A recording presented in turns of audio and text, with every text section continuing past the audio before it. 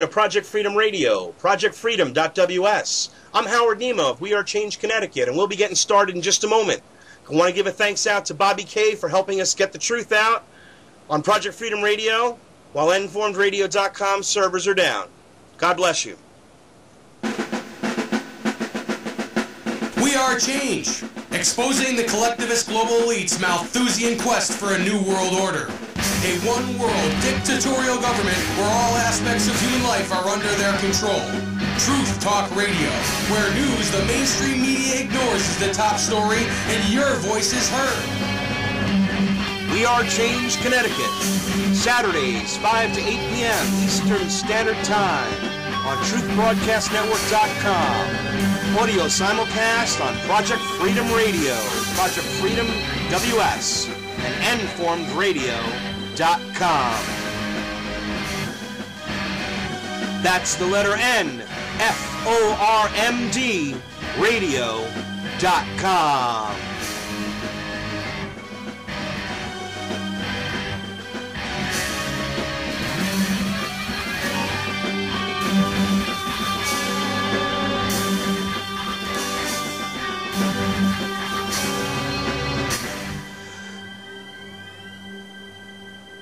Good afternoon, I'm Howard Nema and my co-host Vinny Bdatruth, and we are happy to be joining you today on today's edition of We Are Change Connecticut.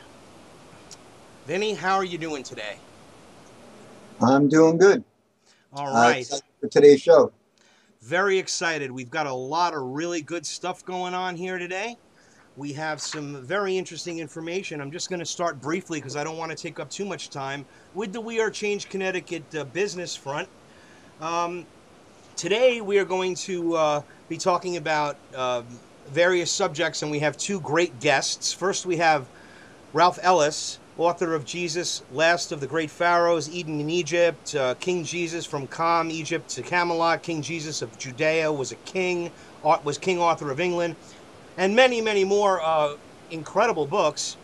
And then later, in the second half of the show, we'll be joined by activist journalist Janet Phelan, who will be airing an exclusive pre-taped interview with conservatee Charles Castle, who's been stripped of his rights of tainted civil proceedings, and he was grabbed off the street. Literally, he was kidnapped off the street from the mental health court to the mental health court in San Bernardino County, and has been locked up for over a year. He committed no crime. They're saying he's crazy. Well, you'd be the judge of that. Anyhow, listen to Charles Castle tell his incredible story and decide for yourself. That'll be at 6:30 Eastern Standard Time. Until then, we are going to be joined by Ralph Ellis in just a moment.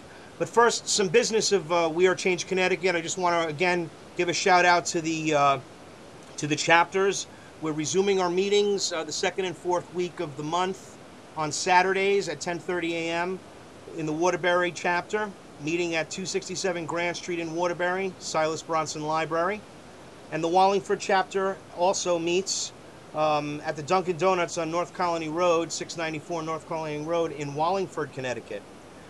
Now, we also have a Deep River chapter that's coming soon, and I urge everybody to go exactly where I'm showing you right now on screen to We Are Change Connecticut, wearechangect.org, and you can see all the information that's required.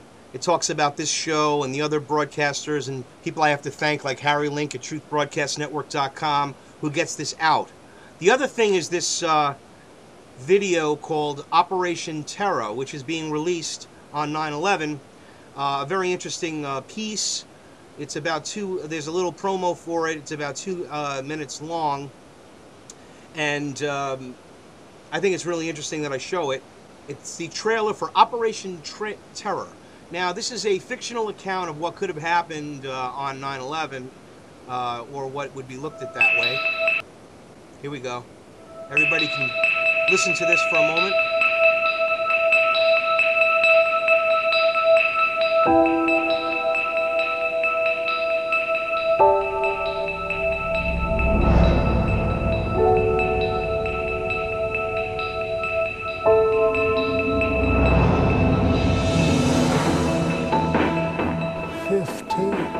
Billion barrels of oil in the Caspian Sea. But I can't get it out. We need to use our military might to take that away. We need a new Pearl Harbor. The climax of this operation will be the destruction of these two mammoth eyesores. Jumbo jets flying at 500 miles an hour will hit those buildings and bring them down.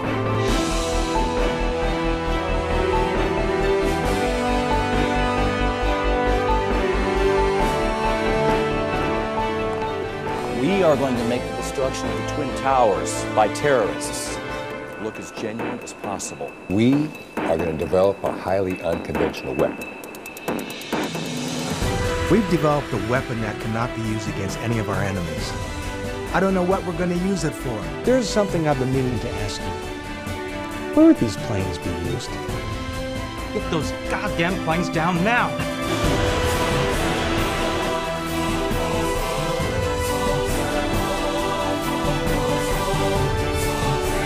I already received the authorization from the president.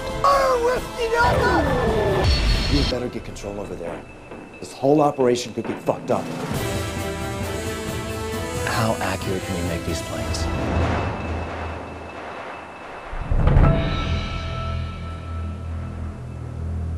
Wow, that's pretty heavy, eh, guys? Wow. Operation Terror coming soon. Go to operationterror.com. Incredible. I really dug that. That was real interesting. Again, we're back now. About a couple of things that I wanted to just go over with the business of We Are Change Connecticut. I'm very proud to state that the town hall in Torrington, Connecticut, here where we're broadcasting, or at least I'm broadcasting from Torrington, Connecticut, and on this Wednesday, the 22nd of August, at 7 p.m., we are screening a documentary that is sponsored by We Are Change Connecticut and created by architects and engineers for 9/11 Truth in the City Hall Auditorium in Torrington, Connecticut. So anybody who's within the sound of my voice in the state of Connecticut, I hope that you can be there to raise awareness to the truth, the physical truth, that 9/11 was not only an inside job, but the greatest false flag event in history. Utilizing illogical theories to state that these occurrences occurred, finding passports that were two terrorists that were on the plane. Their passports are found in the rubble, unvarnished, basically. While they basically, everything was decimated. I mean, just mountains and mountains and mountains of lies. And evidence in physics by architects and engineers over 1700 or nearing 2000 have compiled this evidence for the people. And they're moving forward legally to have an investigation into this false flag terror attack. And it's very important that anybody that can get to Torrington City Hall, which is on Main Street in Torrington, Connecticut. It's, I think, 120 Main Street, Torrington, Connecticut. This Wednesday, the 22nd of August, is strongly advised. I'll be promoting this as much as I can on the social networks that get this broadcast out as well. And let's start raising some hell. We're also raising hell here in Torrington and other areas of the state about the issues of fluoride, which is a state referendum. We're getting fluoride out of the water. It's going to happen. We are going to make the change, but we must be the change we wish to see in the world. The belief systems of humanity are very strongly endowed with this principle that if you think outside of the box, that you are, you're crazy, or you're dangerous, just because of this societal control that we live under. This is the New World Order. This is how we operate. This is how we continue to believe the lies, because we don't want to know the truth, because it's been made to be so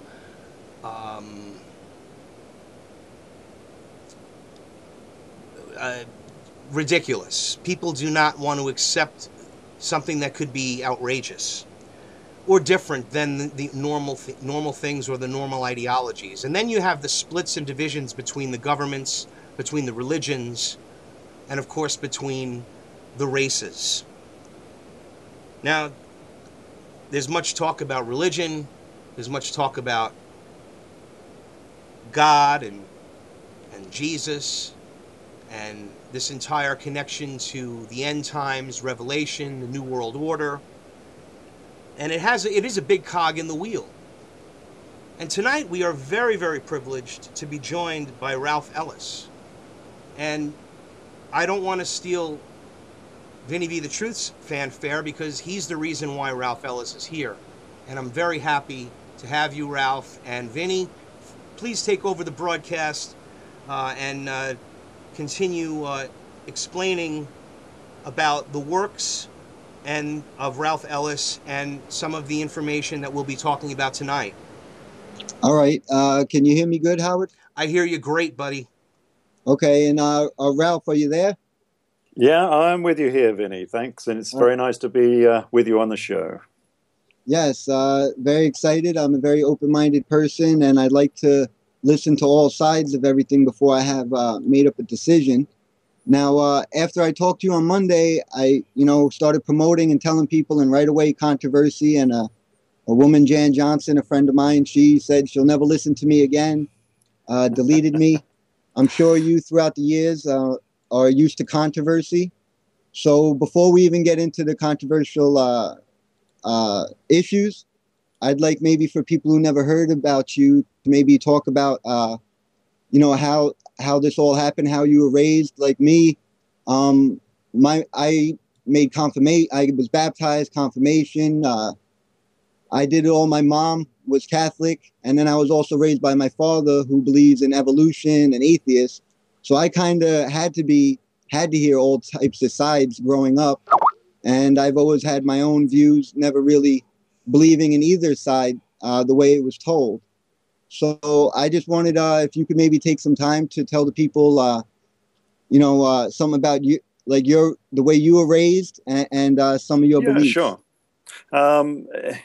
Well, for American listeners, they need to know that Britain is actually a little bit different to the US. We're very laid back about religion in Britain. We don't do religion very much. It's not a very big part of society. And you certainly won't see a politician saying, God bless Great Britain or anything of that nature. It just does not happen here. So we're very laid back. We're very Protestant, and that's the environment I was brought up in. But I sort of dropped out of that at a very early age. Probably the crisis point was when I was probably about 7 years old. And my parents told me that Father Christmas did not exist. That was quite a blow, because I believed in Father Christmas. And from that point on, I decided, well, if adults can actually lie to me about Father Christmas, then what else can they lie to me about? And that's when I started challenging everything that I was being taught at the same time about religion, because I went to a C of E school, Church of England. But as I say, the Church of England is a very laid-back society, so it's not terribly religious. They did a survey a few years back, and they found that 20% of C of E priests don't believe in God. So you can see what sort of religion it is. It's very, very laid back. So what made you get into like Egyptian theology or Egypt? Well, if you're interested in religion, you have to start going back to Egypt, of course. And I started this probably when I was about 12, and I started writing 1 or 2 chapters, which actually ended up in my first book, Jesus, Last of the Pharaohs. So one of the chapters there was written when I was about 12 or 14 or something. But you have to go back into Egypt, because that's where this all started, of course. It all started back in the Exodus, pre-Exodus times. So unless you can understand the Egyptian side of the story, you're not going to understand the sort of New Testament side of the story, because the whole point of what I've researched afterwards is that Jesus and his family were related to the Egyptian royal line. They were all part of this Egyptian royal line. And that was the big fundamental break that started this a long time ago, because I forget when I started this now, but it was probably about 1992 or something. So it's a long time ago. And the first very obvious thing that came from my research is that these people were more Egyptian and more important than the biblical authorities are trying to make out, whether they be Judaic or whether they be Christian. So the first thing that came when I was reading the Old Testament was, things like Abraham had an army with 318 officers in his army. And suddenly, the whole story starts to break away from what you've been originally taught in school. These people were supposed to be shepherds. Servants, yeah, the shepherd king. Yeah, but that's not what it says. You see, if you read Josephus wrote his own version of the Old Testament, and Josephus's version predates the one that we have. He took the actual version that actually came from the Temple of Jerusalem when it was destroyed in AD 70, and his Old Testament was from 600 BC. So he has a much older Old Testament he was working with. And his Old Testament, which he wrote down, and we have a full account of what he thought it originally said, that Abraham had 318 army officers and an army of unlimited manpower. Now that changes the story somewhat. So already we have a cover-up here. The traditional authorities that we rely on for our information, because not many people actually read the book, say that these were servants. In fact, they try not even to mention them at all, because, why would a shepherd have 318 servants? Exactly. Even that doesn't make sense,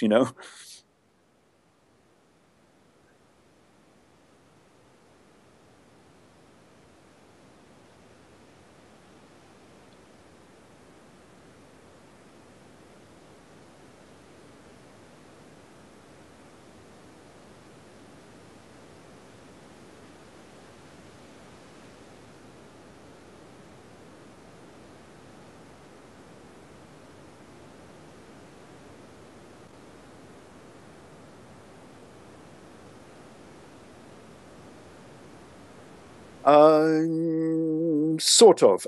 Joseph of Arimathea was Josephus Flavius. And that, again, the story upside down a bit. But we're getting ahead of ourselves a little bit. Well, can come, because that's a exciting point. But we're jumping through to the New Testament. So just keeping the Old Testament just for a minute, have this dichotomy where, you have these poor shepherds, with a couple of starving sheep. But this poor shepherd has 318 servants. And that doesn't make sense. And that's why they don't talk about it. Because already we can see there is a cover-up. The story doesn't match what the book actually says. And then you go and read Josephus, who has his own version of the Old Testament, as I said.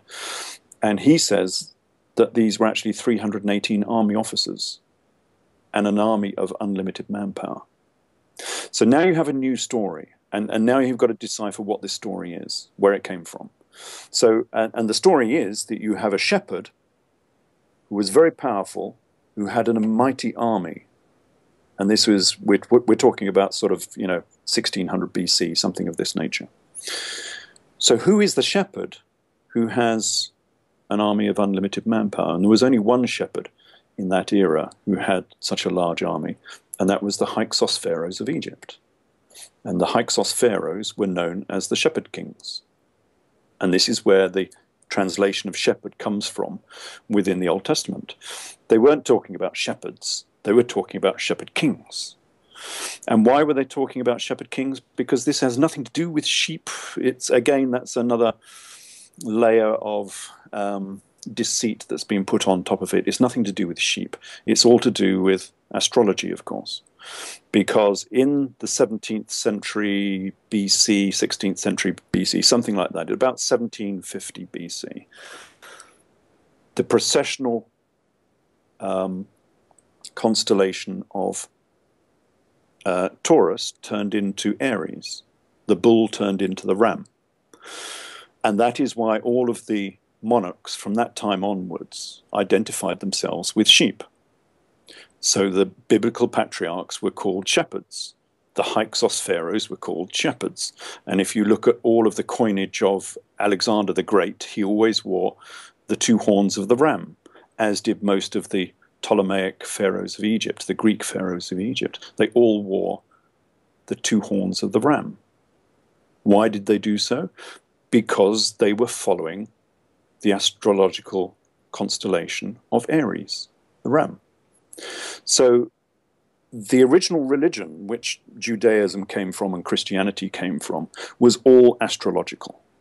And not daily astrological. We're not talking the daily astrology from your, local newspaper. That's, dare I say, baloney. This was millennial astrology. This was the study of the precession of the equinox, where the constellations change every 2,000 years, roughly. So the first of the shepherd kings were in 1750 BC, and they were the shepherds, the Hyksos, and these were the biblical patriarchs. And this religion was followed all the way down through to the era of Jesus.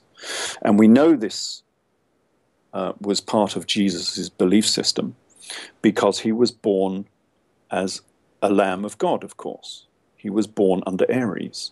But just as he was born, at that very time, this is why this guy is actually important, the constellations change again, as they do every 2,000 years or so. So in about AD 10, the constellation of Aries changed into Pisces. And that is why Jesus was born as a Lamb of God, but became a fisher of men. Aries into Pisces. They were following again the processional movement of the equinox. Here's the constellation. Zodiac. The horoscope is a daily function being added on top for the plebeians, for the well, Ralph, before we get off, because I know you just mentioned the Hyksos kings, there was the way I actually first heard about you was watching a documentary a couple years ago. It was called, it was by Amenstar Productions, the Empire, the City, the Ring of Power. I don't know if you've heard of it. Yes, indeed. Okay, and that's when I first came across this type of information, and I've been very fascinated ever since. And one of the big ones was the Hyksos kings, which I don't remember when I went to church them ever talking about this part of the Bible to me. And I was hoping maybe you could explain a little more about them. And also, are these the people who became the Vikings, where they talk about VI being the Roman numeral for 6, and this was the 6 kings? Is this where Viking comes from? In some senses, yes. But let's go back to the Hyksos. Okay, thank you. Were the Israelites.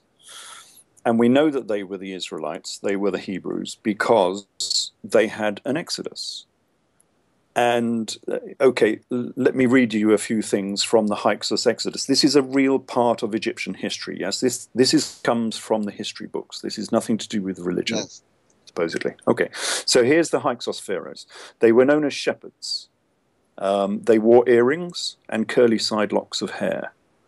One of their pharaohs was called Jacob. They had a war with the Egyptians. There were storms and great darkness, and ash was falling. And then some 500,000 of these Hyksos were pushed out of Egypt on a great exodus. And they went from Pi-Ramesses and they traveled to Jerusalem. And en route, they destroyed Jericho. Now, does that sound a little bit familiar? Yes. Now, this is history. This is nothing to do with the Bible. This is real Egyptian history. If you go up and look at the history of the Hyksos kings, this is what happened. And it happened in 1600 BC, roughly. And so we know from these similarities with the biblical record, because of course the exodus of the Israelites is identical in every fashion. We know that the Hyksos were the Israelites, so they were the same people. The only difference is, of course, is this happened in 1600 BC. And we know that it happened in 1600 BC because Moses said, God said to Moses, "Take you ashes from the hearth of the fire and cast them into the sky, and they will fall as small ash all across the land of Egypt." Now, what was he describing there? This was a description of a volcano. Yeah, this is the long-range fallout from a volcano. This is why there was ash as a part of the plagues of Egypt. One of the plagues, of course, was the ash fall. And there was only one ash fall in the history of Egypt, and that was the great eruption of Thera, or Santorini. And we know when Santorini blew its top. I mean, this was 1625 BC. So we know exactly what this era was. This was the era, the true era of the Exodus. And this Exodus, that we all know so well from the biblical accounts, was a historical account of what happened during the eruption of Santorini. This is why this book was written. Because these watchers of the cosmos who are watching the constellations move, they wanted to change the religion because Taurus had turned into Aries. All the bull worshipping, which is such a big part of Egyptian theology, of course, the bull worshipping, had to be changed into sheep. And people didn't like that. You know, nobody likes to change their religion. You can imagine if someone came across to all the churches in America and said, "Sorry, you're not allowed to believe in Jesus anymore. You've got to believe in Fred." Yeah. Yeah. But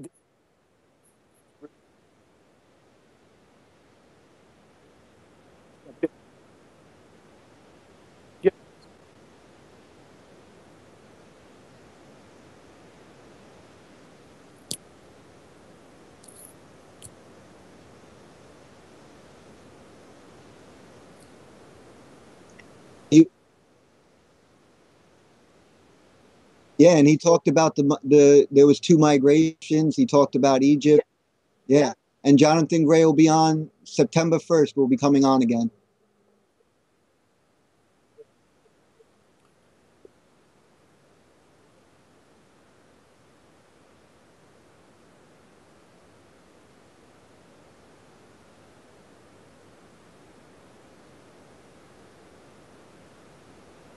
Well, the thing is like, you know, hearing like my father and people always talk about there is no like historical evidence, statues of the biblical characters with the names they have.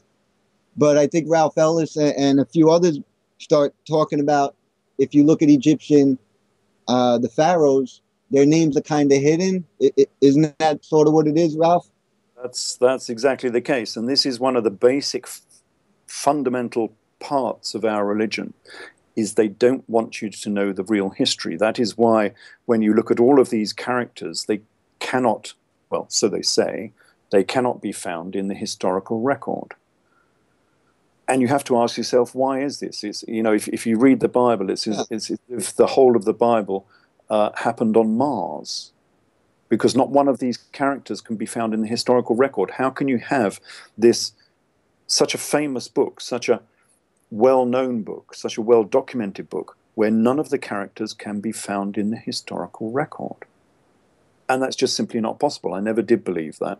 And that was one of the first things I started looking for. And of course, if you start looking at the history of these Hyksos pharaohs of Egypt, you suddenly start to see all these names popping out of the historical record. Names like Pharaoh Jacob. I mean, did you know there was a pharaoh called Jacob? Why didn't you know there was a pharaoh called Jacob?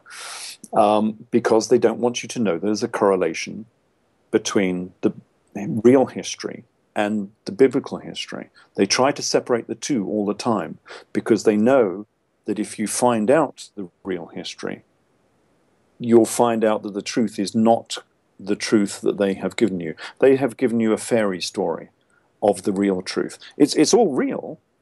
If you read, this is one of the strange aspects of my research. I'm not religious, and I don't come at this from a religious point of view, but I discovered that looking through the Old Testament and the New Testament, I would say 95% of it is historically accurate.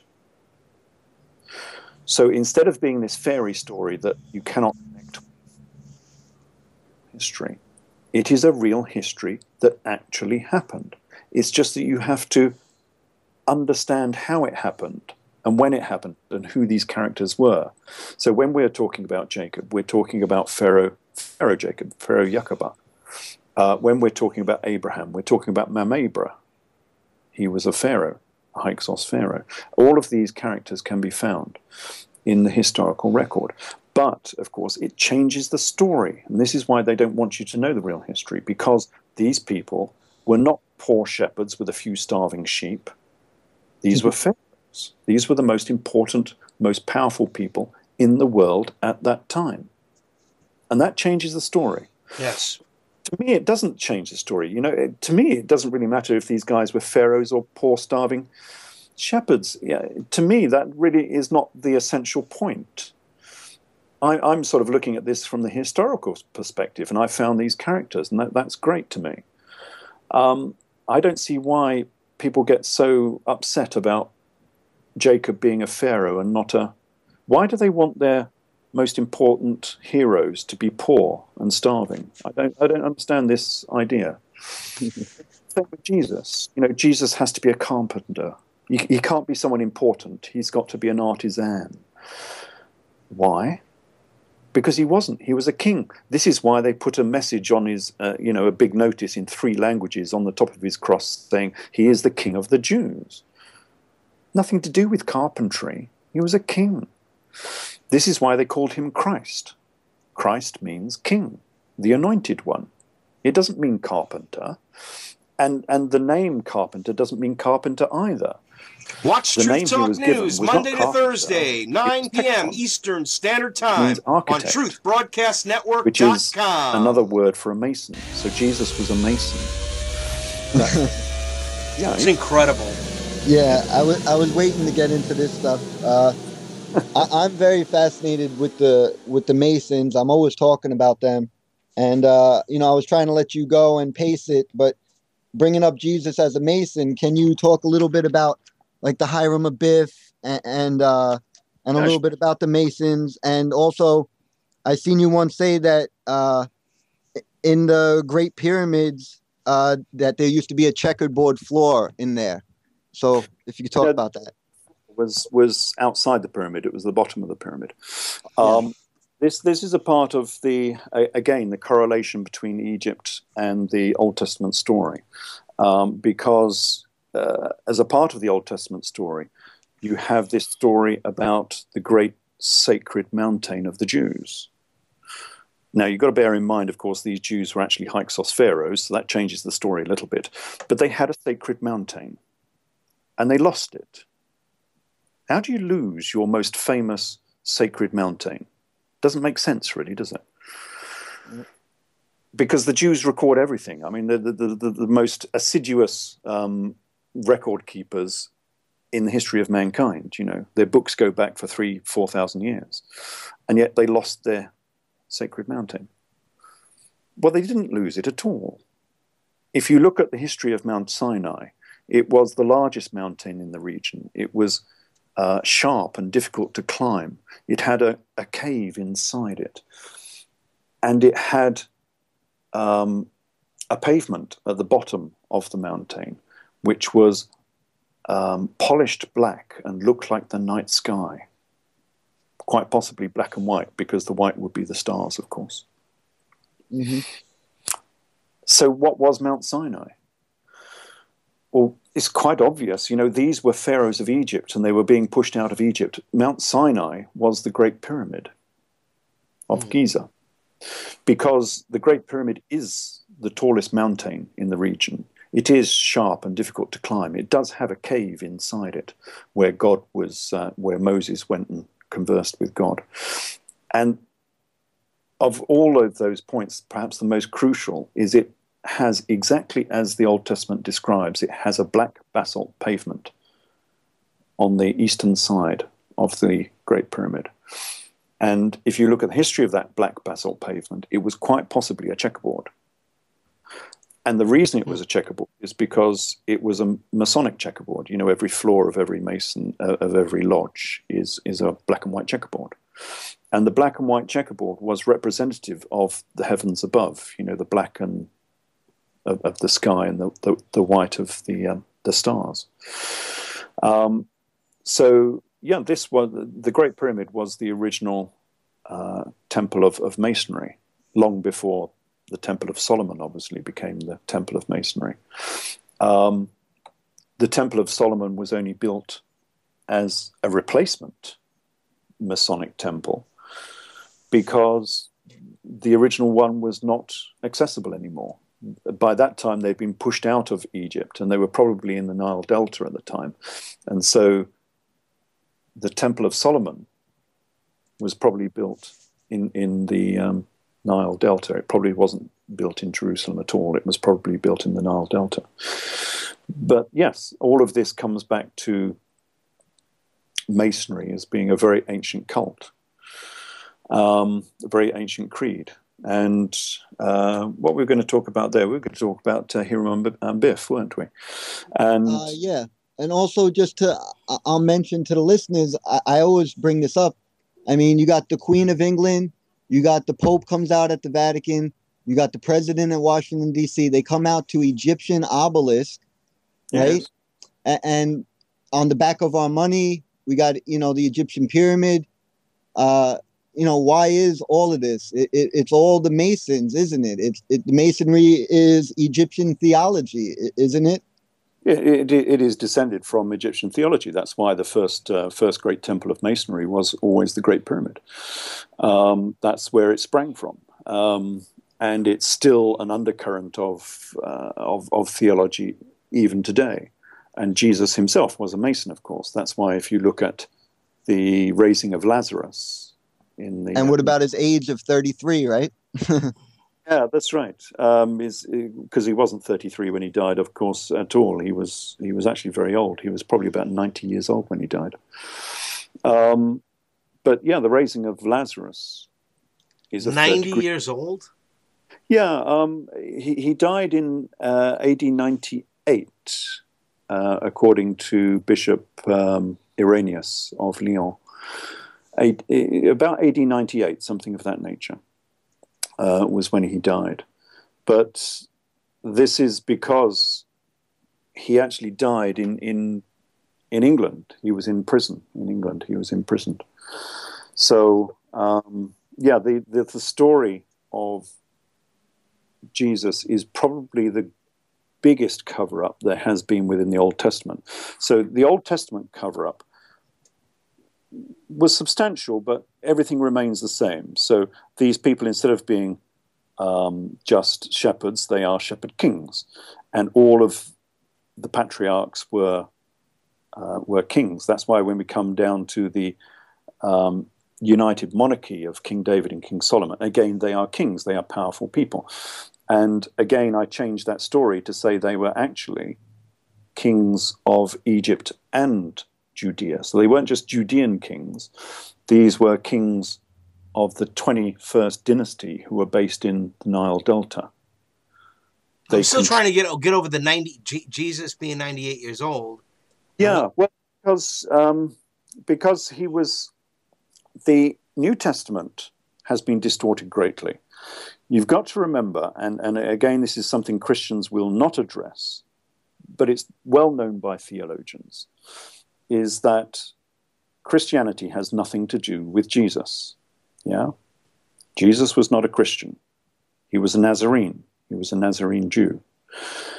Christianity was created by Saul. Yeah? St. Paul. St. Paul. Now, St. Paul was Jesus's greatest enemy. And it was St. Paul who created Christianity and wrote the Bible, the New Testament, and the epistles, of course, of Saul. So being a Christian and reading the New Testament is like it's like reading a history of Britain written by Hitler. Ridiculous. Saul was Jesus' greatest enemy. If you remember, Saul, Saul, why are you persecuting me? And yet this is the guy who wrote the New Testament. So we have the whole of this story from his viewpoint. And his viewpoint, of course, was not very favorable. And he covered up a lot of the reality of the New Testament. And the reality of the New Testament, the big change that he made, was the New Testament was originally set in the late AD 60s. So all of these events that you read about in the New Testament, they actually did happen. This is real history. But it was not real history from the AD 30s. This was nothing to do with Pontius Pilate. All of the events in the New Testament you can find in real history, but they all happened in the AD 60s. Because Jesus was a rebel, yeah? We all know he was a bit of a rebel. So what was the rebellion that he was leading? The rebellion was actually the Jewish Civil War, the Jewish revolt, which ran from about AD 65 to AD 70. And he was the leader of the Jewish revolt. And we know he was for so many reasons, we know he was the leader of the Jewish revolt, but mainly because Josephus, who actually wrote an entire history of what happened in the first century in Judea, Josephus says that the leader of the revolt was called Izates, King Izates. But King Izates had a short name. They all had several names and short names and nicknames and so on. But the nickname of King Izates was King Esus. And it's quite obvious that King Esus was actually King Jesus. And he was the leader of the Jewish revolt, which was the big major uprising against Rome, which ended up with Judea being destroyed and Jerusalem being destroyed and the Temple of Jerusalem being destroyed. And every Jew was taken out of Judea. This is why we have Jews all over the world, of course, because the Romans kicked them all out of Judea, about 2 million of them or more. And the leaders of the revolt, including King Esus, King Jesus, were taken into custody. They went to Rome. They were taken to Rome as prisoners, of course. After he was crucified. He was crucified first, and then he was taken prisoner. And we have a complete account of his crucifixion, again, courtesy of Josephus. There were 3 of the leaders were summarily crucified outside Jerusalem in the Kidron Valley. But they were saved because Josephus came along. He was coming back from Tekoa, which is Herodian, just to the south of Jerusalem. And he was coming back. He was an army commander. He was now a Roman army commander. And he was coming back through the Kidron Valley.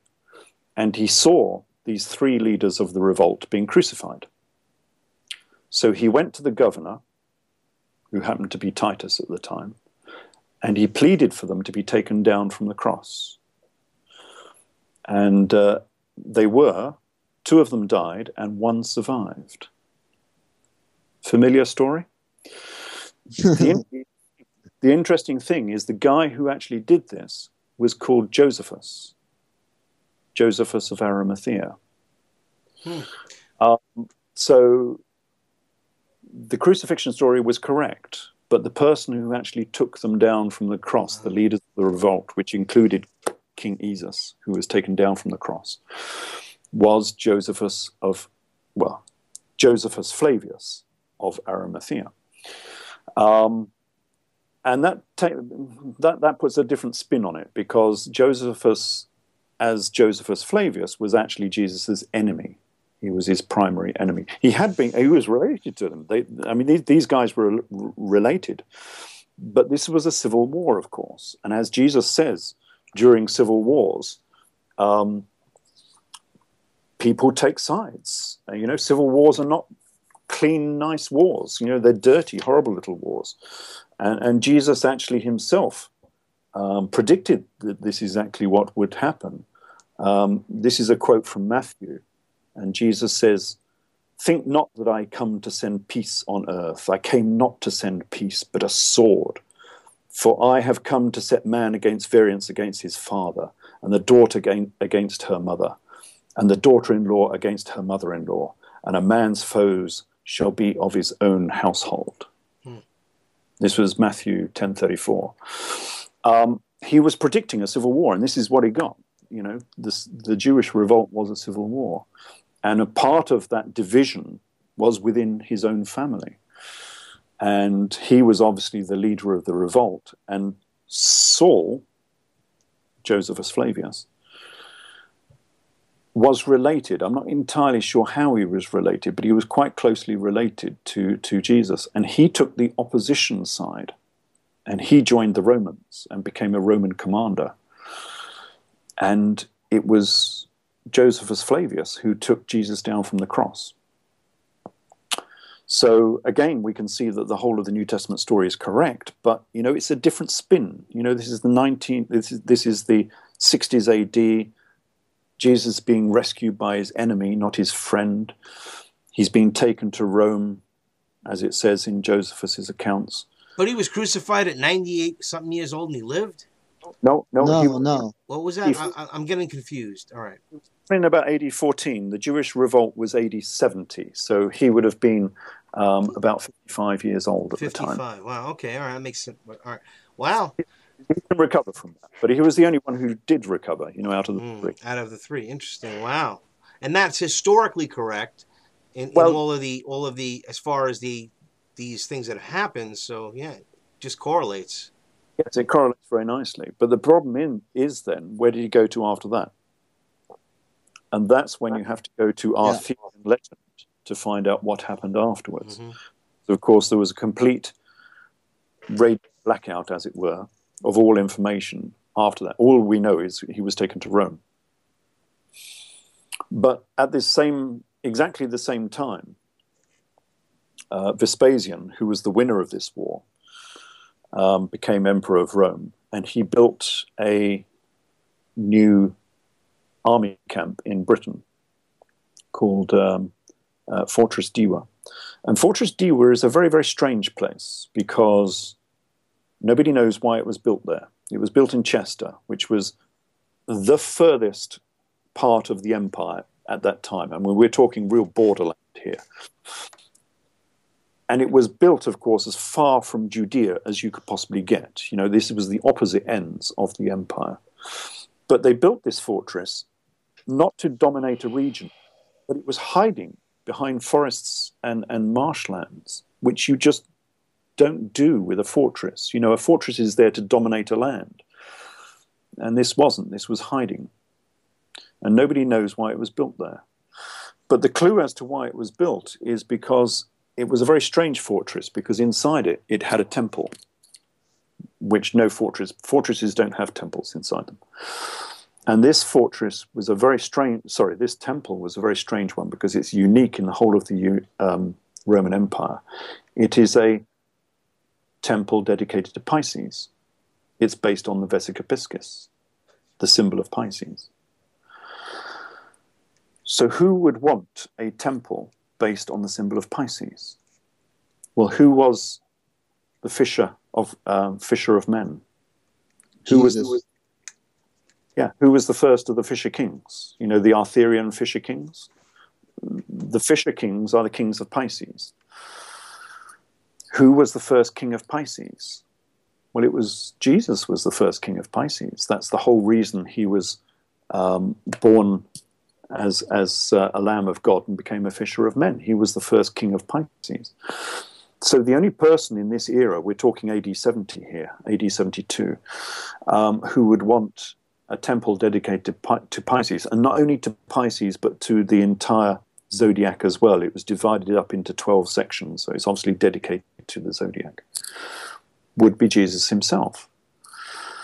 So quite obviously, this fortress, this very strange fortress that they built at the opposite end of the empire to Judea, was in fact a vast Guantanamo Bay.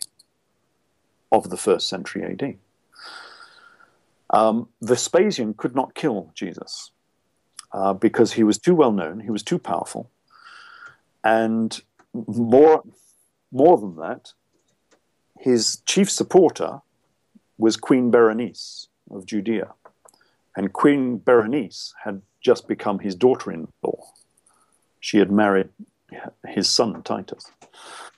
So it's very difficult to start killing your daughter-in-law's best friend. You know, it doesn't sort of go down well in family conversation.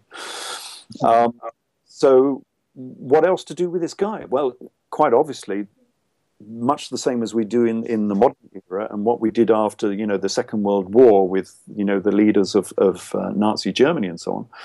You can't necessarily just string people up.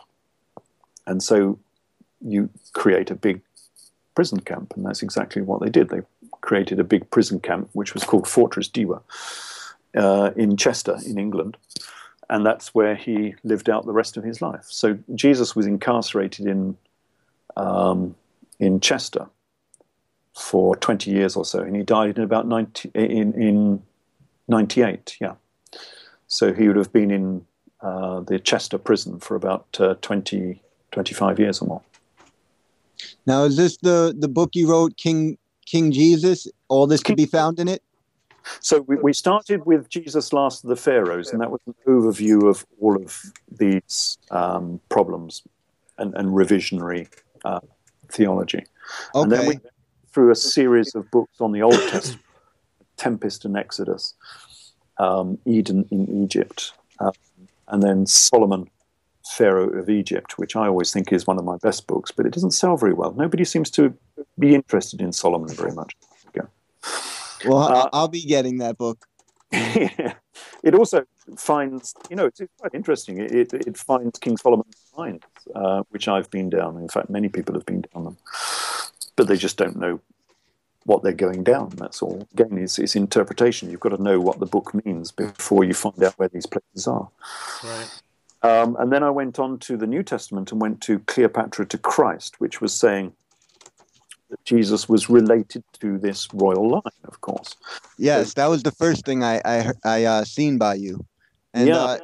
Can you get a little more into that? Because I think that the Ring of Power, I think that they try to say like it was Caesarion was Jesus, but knowing what you're saying, it's like the next generation. Right, like Cleopatra was the grandmother of. Is that what you're saying?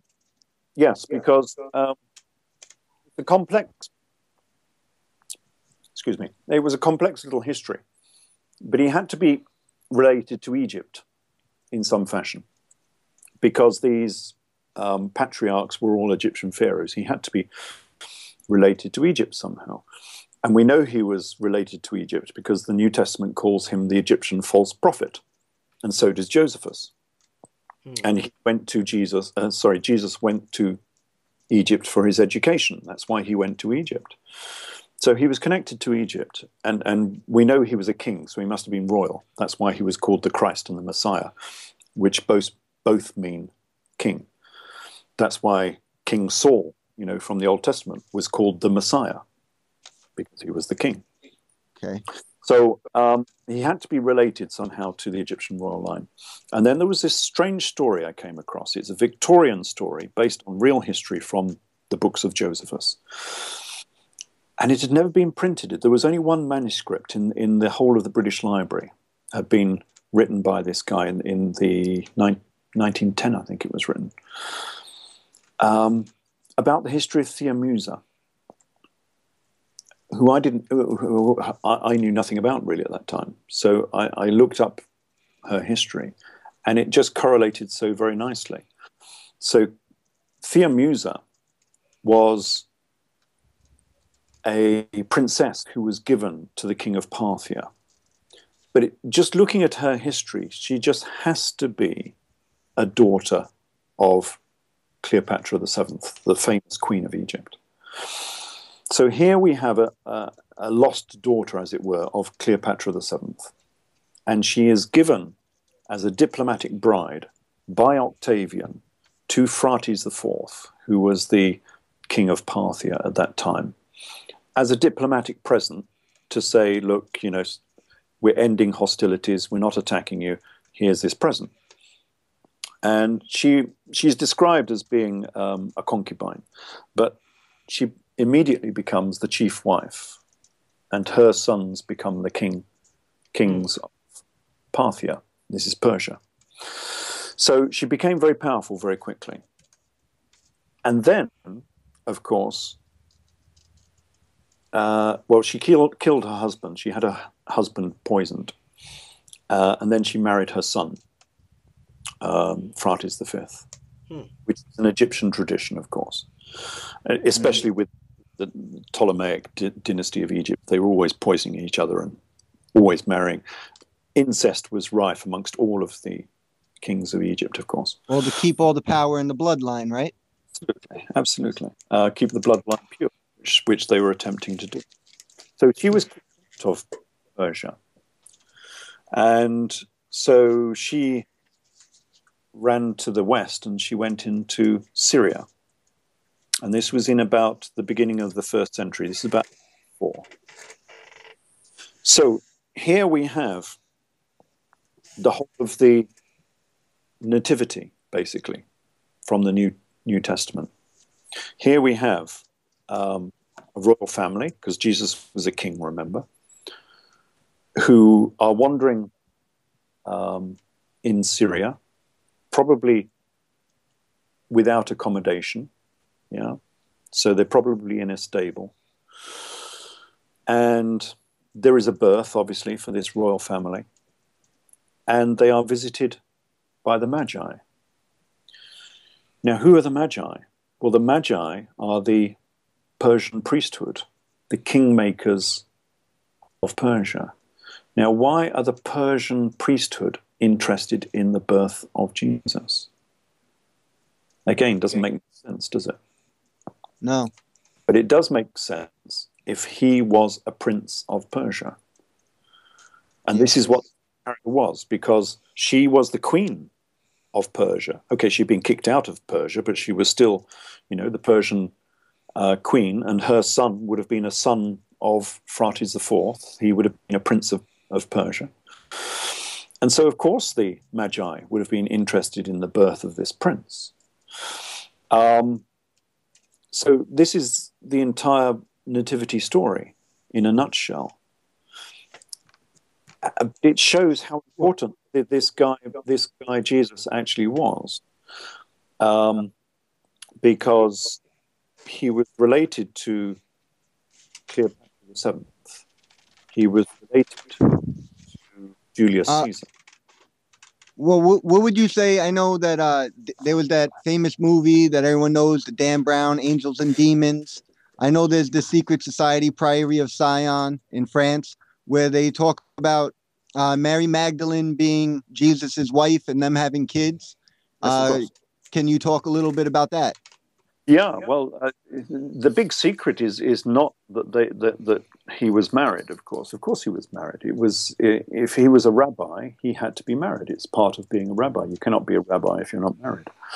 And in fact, as Jesus of Gamala, because if you look at the Talmud, it's quite obvious. This character called Jesus we were talking about is quite obvious within Josephus' record that he's also called Jesus of Gamala. This was the guy who started the Jewish revolt. He's either called Esus, King Esus, or Jesus of Gamala. But Jesus of Gamala became high priest of Jerusalem in AD 63. And it's mandatory for a high priest of Jerusalem to be married. So that we know that Jesus was married. And if you look at the books of Robert Eisenman, Professor Eisenman, he quite conclusively proves, although he won't admit it himself, that Mary Magdalene was Mary Bothus, who was a famous person, very rich lady, from the Talmud. But Mary Bothus was the wife of Jesus of Gamala. So, of course, they were married. We know they were married. But the interesting thing about Mary Bothus, this is Mary Magdalene, is that she is described You're in listening the Talmud to Project as being Freedom the Radio, richest woman in Judea. ProjectFreedom.ws. This is a and woman watching who had a bedspread that was worth $1 million dinars. There's lots of things that are said about her. She had her feet never touched the ground. She always had a carpet wherever. Actually, this reminds me. One of the things I found really interesting listening to one of your interviews you were doing is about the red hair. You said that Solomon and a lot of these people have red hair, and I know like Queen Elizabeth and all of them had red hair. Can you touch on that? Yeah, the tradition is that they all had red hair, and so did Mary Magdalene, of course. This is why if you look at any of the images of Mary Magdalene in any church, she's always portrayed with red hair. So all the way from Adam means red, of course, to Esau was red, described, to King David, who's described as being red, all the way through to Mary Magdalene, who is also always portrayed as being ginger. And then if you take this royal family, of course, through into Europe, as I do in my book, Mary Magdalene. I wrote a book on Mary Magdalene.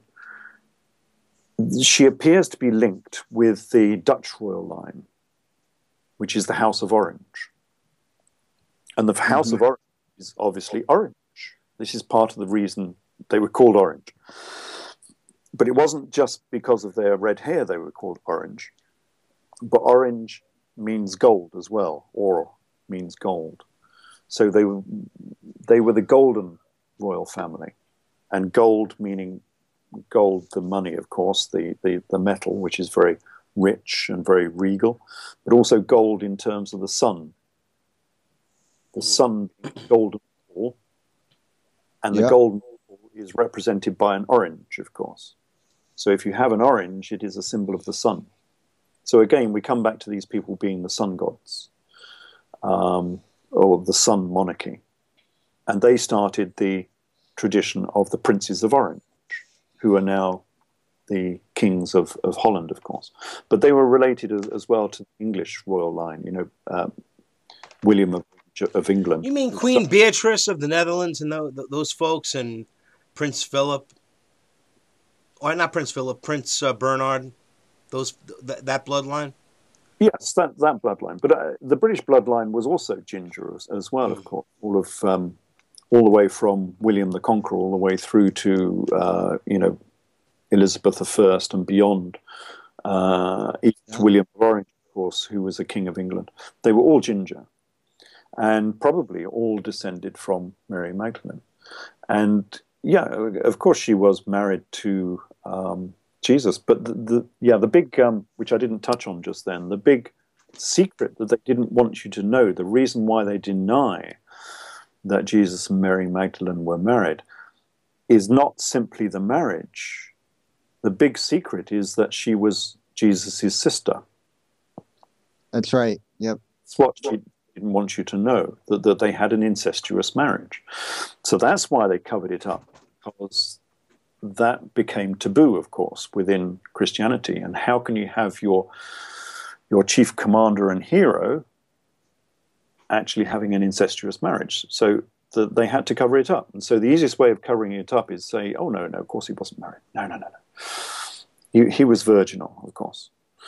But it's all fairy tale nonsense. And we've had so much of this fairy tale nonsense, it's very difficult to grasp what is real and what is fairy tale anymore. And you have to really go back to basics and understand what was happening in the first century. And this goes all the way through to my latest book, which will be out in about a month, maybe 2 months, where I've discovered a statue of Jesus that was actually carved during his lifetime. Wow. Yeah, that's unreal. And coins as well. Where is this? Where did you find it? Yeah, where is this? This is just in Syria, in the eastern seaboard. Okay.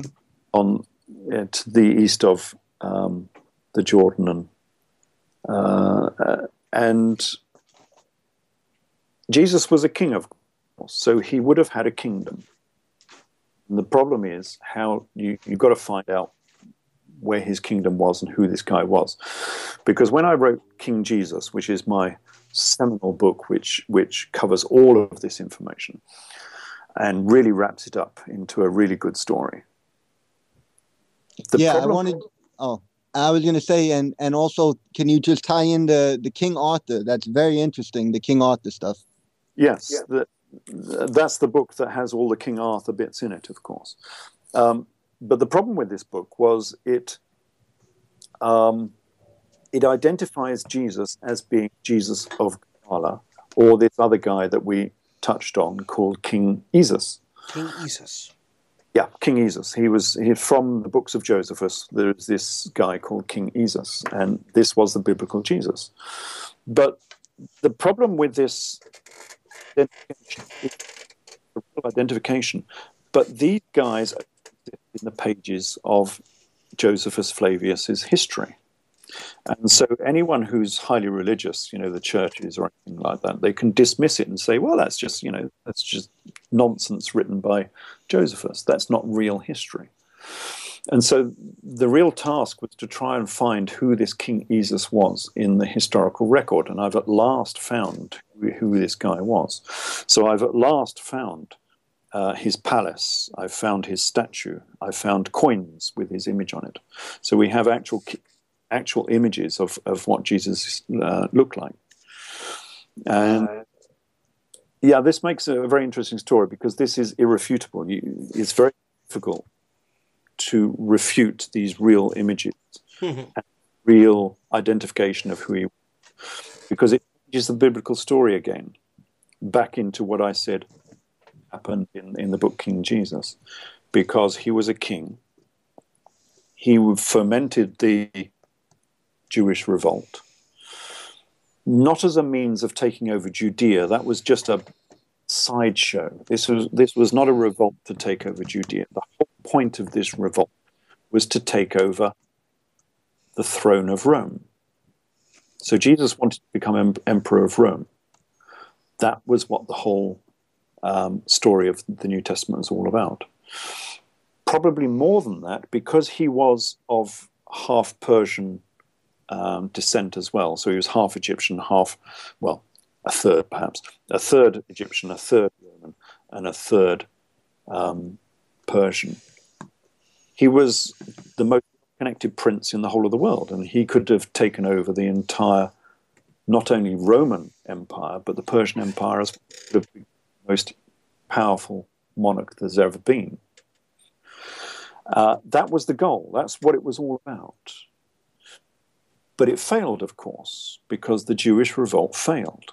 And King Jesus, was captured, as Josephus says. He was captured, he was crucified, he was revived, he was taken to Alexandria, where he bestowed the kingship upon Vespasian, and Vespasian took the kingship and then went and became emperor of Rome, while Jesus was shipped off to a prison fortress in Chester, in England. And that's where we come on to this Arthurian legend, because who is King Arthur? Yes. Nobody Very knows. Interesting. Mm-hmm. Why do we have all of these famous characters who are so central? Very good question. Yeah, exactly. Yet we don't know who they are. How do they all go missing? It's like, looking at Abraham and Joseph and Jacob and Jesus and even Saul himself is missing from the historical record. All of these people are missing from the history. How do we miss so many people from the historical record? They're omitted. They're omitted. Omitted and changed just like they do today. Like, like they manipulate, they cover up, like the CIA, It's not huge cover-up. I mean, the change between Jesus and Jesus is not a vast cover-up. Right. You still hear the name, but you just got to know the connection. Well, then what about the whole concept of it is like, obviously we know the corruption, at least for folks that are not aware, most of these denominations, the religions themselves are very, very corrupt, obviously. But the true faith.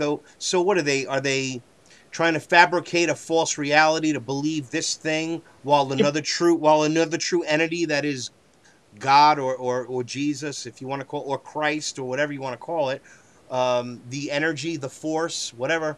I don't know. What is your thoughts on that? It started off as a propaganda mission. Mm-hmm. The Bible was created as political propaganda by the Romans. Yeah, so this is a Roman propaganda manual, which everyone is believing to be the truth. The Jewish revolt was a major upset to the Roman Empire at that time. Lots of legions had to be involved in it. Many people lost their lives. There were Jews were slaughtered and spread all over the empire. It caused havoc in the eastern regions. And you've got to remember the eastern regions of the empire were some of the richest parts of the Roman Empire. You wouldn't believe it today, but it's only poor in those regions today because of 1,000 years of Islam. But in the Roman era, this was the richest part of the Roman Empire, and Rome could not afford to lose places like Syria and Lebanon and even Judea itself. Looks like the New World Order doesn't want to lose it now either. That's the jewel. I mean, Syria and Iran are the only two jewels left. They got control over the oil everywhere else, right? I mean, there's no oil to get in Syria. Syria's landlocked. Yeah, but so they had this Jewish revolt. They crushed it. But what they wanted to do was to stop it ever happening again. And they had two main problems. They had Orthodox Judaism, which was always anti-Roman. They hated the Jews because the Jews would not eat with Romans. They would not live with Romans. They would not pray with Romans. They wouldn't do anything. They wouldn't bathe with Romans. They were not Roman people. These were not good Roman citizens. And then they had the Nazarene. This was the Church of Jesus.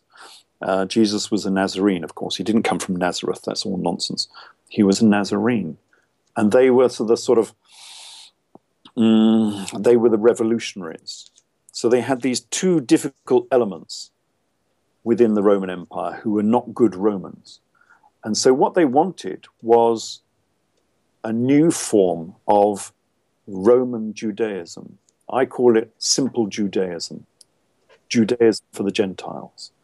So they created this new form of Judaism, which any old Roman could join.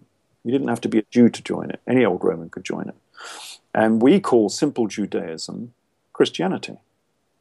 And it was built and created by Saul Josephus himself as a method of controlling the East. So it could dilute Orthodox Judaism. It could eliminate Nazarene Judaism. And it could establish itself as a Rome-friendly religion that had some of those aspects of Judaism within it. And this is what they did. They created this new text and they sent it out to the East. And Josephus himself says he sent all his texts, first of all, to Syria, not to Rome, who were the victors in this dispute. He sent them to Syria first. Why? Because these were propaganda books to say, look, this was the truth of what happened. Rome is almighty. Don't mess with Rome, otherwise you'll get slaughtered just like the Jews did in Jerusalem. So it was a propaganda manual. And we had two propaganda manuals. We had the secular one, which we now call Jewish War, which was written by Josephus. And we had the spiritual one, which was called Matthew, Mark, Luke, and John, and the Acts of the Apostles, which was also written by the same guy. These were all written by Saul Josephus himself. And these were all spread out in the East to calm the eastern provinces. And that has become a state religion. But it was all propaganda to start with. But going back to the Arthurian stuff, the other side of the empire, so all of this was happening in Judea and Syria, of course.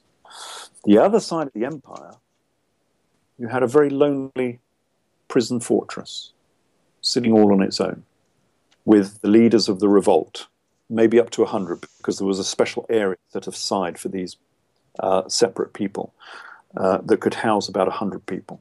So about 100 people maximum of the Jewish revolt were housed in this prison fortress, this Guantanamo Bay, stuck over in England. And they could build their own, they had enough freedom to go and build their own temple, and they built this big temple of Pisces over in England. But of course, the locals would have been interested in who this guy was. You know, why all this expenditure on this huge, great, you know, army base, just rebels? And so they would have been asking, you know, who is this guy, you know? And so they said his name was Arthur. And this is where all of Arthurian legend comes from.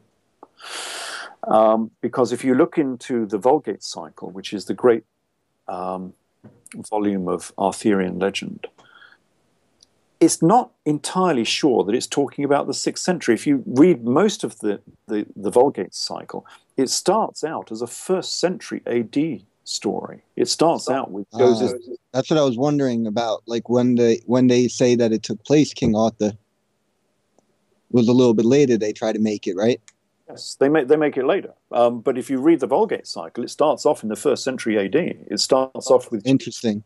Thea, and it's talking about all of the people who are associated with Arthur as being 1st century. And, you know, it's doing battles with the Romans. There were no Romans in Britain in the 6th century. Yep. That's right. It's talking about a battle with Agripps where there was no water, and the battle was won by poisoning the only water supply in the whole of the region.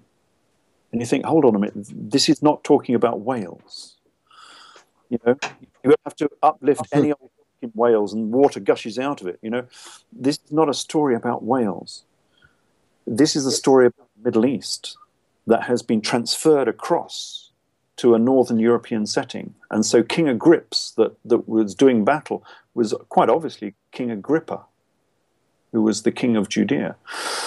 So basically all of these stories have just been dragged across. So all of this, you know, Arthurian legends of daring do, of this great king battling for his empire and doing good, and all, these are all stories that were taken out of Judea and relocated in northwestern Europe, because the guy who was sitting in this fortress was Jesus himself. And the question is, why did they choose the name Arthur? Why? Well, quite obviously you couldn't use the name Jesus, because this was this was the ultimate heresy. You know, by the time you get to the 4th century and Christianity had become the state religion of Rome, this was the ultimate heresy. You could not say that Jesus was incarcerated in a prison in Britain in the 1st century AD, because you would be strung up and you would be burnt at the stake. Yep. So you would need to have a pseudonym for this guy. And so he became known as Arthur. But why did he become known as Arthur? Well, because we come back to astrology again. All of this is based on astrology. If you go to the shores of the Sea of Galilee, there is a beautiful zodiac there, one of the best zodiacs I've ever seen. And it was on the floor of a Jewish synagogue, because astrology was central to Judaism. They might deny it now, and they still deny it, because they're saying, it's not a synagogue, it's not a synagogue. And the archaeologists are saying, yeah, it's a synagogue, it says so, on the floor. You've got the dedication to who built it, you know. Anyway, so there's this synagogue with this lovely zodiac on the floor. And it's a processional zodiac. So it points to a specific date, a processional date. And the date it's pointing to is AD 10. So we know it's quite an early processional zodiac. And if you can imagine a zodiac in your mind's eye, you've got the ring of the constellations going around. And in the center, you have the sun in the center. And in this particular zodiac, it's Helios, the Greek sun god, who is an image of Jesus, basically, because Jesus was the son of God, of course. He was the sun god. The sun god. Yeah, that's why he was known. Yeah. It works in Greek as well as it does in English. So, in fact, there's many cultures that have the very same storyline. I've heard. I mean, I know that there's definitely a fact about that. Yes, so probably astrotheology. Yeah, that's what it's called, right? Yeah. This is all based on not only astrology, of course, but this was based on solar beliefs. And most of the deity do with cosmic bodies, the moon and the sun and Venus were right. Original quote unquote pagan beliefs, right? It's more than pagan. Well, yes, no, of course, yes, but it was Gnosticism. Gnosticism, Gnosticism, if you translate it, becomes from the Greek into the Latin, becomes scientia, which is science. So today we would call it science. Then they called it Gnosticism. And part of science was astronomy, which we would now say is astrology, but to them it was astronomy, because it was the study of the stars, and they were studying the stars the same as any astronomer does. Incredible. So we have this processional zodiac with Jesus in the middle. Now that's the standard zodiac as you see it in most sort of ground-based zodiacs, but that's not the only way you have to display a zodiac. If you can imagine, instead, you're looking up at the sky. So you're not looking down anymore. You're looking up at the sky instead. And you have the ring of the constellations going around as before. But instead of having the sun in the center, you have the central stars in the center, which are the stars of the northern sky. Yeah. So the stars of the northern sky are Polaris, of course, and Ursa Major.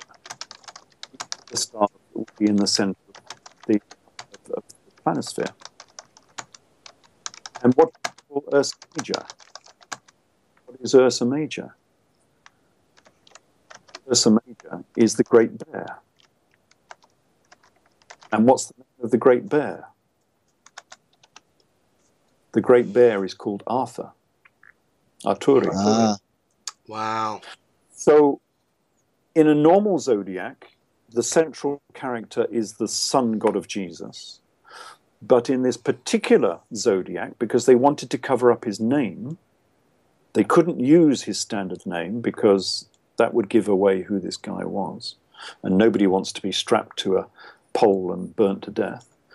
So they used the opposite representation of the planisphere, of the zodiac, which has the stars at the center. And the central stars in the center are the Great Bear, Arthur. And that's why they called him Arthur, because he was both the sun god and he was an image of the Great Bear, Arthur. And so that's why we get these Arthurian legends that appear at this time. So all it was stories of what Jesus had been doing as the great warrior king in Judea, because if Jesus was a warrior king, that's why all of the disciples were armed. As you know, that he went out and bought swords. I presume you all know that, yeah? What does it say? Yeah. Let me quickly look it up, because I always forget which one this is from.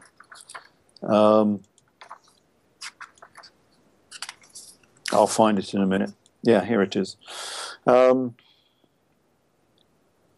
Jesus said unto them, he that has the purse, let him take it, and likewise his wallet. And he that has no sword, let him sell his garment and buy one. All armed, of course, with swords, just as King Arthur is armed with sword. And it is from this disciple imagery that, of course, we get Arthurian imagery. So if you can imagine the Last Supper with Jesus and the 12 disciples with swords, this is King Arthur and his 12 knights of the Round Table with swords and armor. So the Last Supper table was round. It was not a square table that we see in the depiction by Leonardo. It was a round table. That makes sense. Now it really it's all really starting to tie together. Well, listen, just talking about tying things together, we have about more. five minutes here to continue. So I want you to definitely give like a recapitulation of what we've been talking about. And well, first let's also say where people can find your books. Yes, exactly, or whatever information you'd like to address in the next few minutes that we have. Yeah. Okay. The books are now pretty much all electronic. If you want a paper copy, they are still available from Adventures Unlimited. They're up from Kempton, Illinois. So they still have stocks of the old paper copies. Otherwise, everything is now electronic. So it's all Kindle, it's iPad, great, it's whatever, So all of them are there. Just look at Ralph Ellis. And what about the edfu-books.com? Is that your website or? That's my website. So that's got all the addresses on there as well. Edfu Books. So it's www.edfu-books.com. Great. And that'll have links, of course, over to Adventures Unlimited and to Apple and various other places. So you can find all the books there. Readers really want to start, if you don't know anything about the Bible, you want to start with Jesus, Last of the Pharaohs, and work upwards. So if you're interested in the Old Testament, then it's Jesus, Last of the Pharaohs, Tempest and Exodus, Eden in Egypt, Solomon, Pharaoh of Egypt.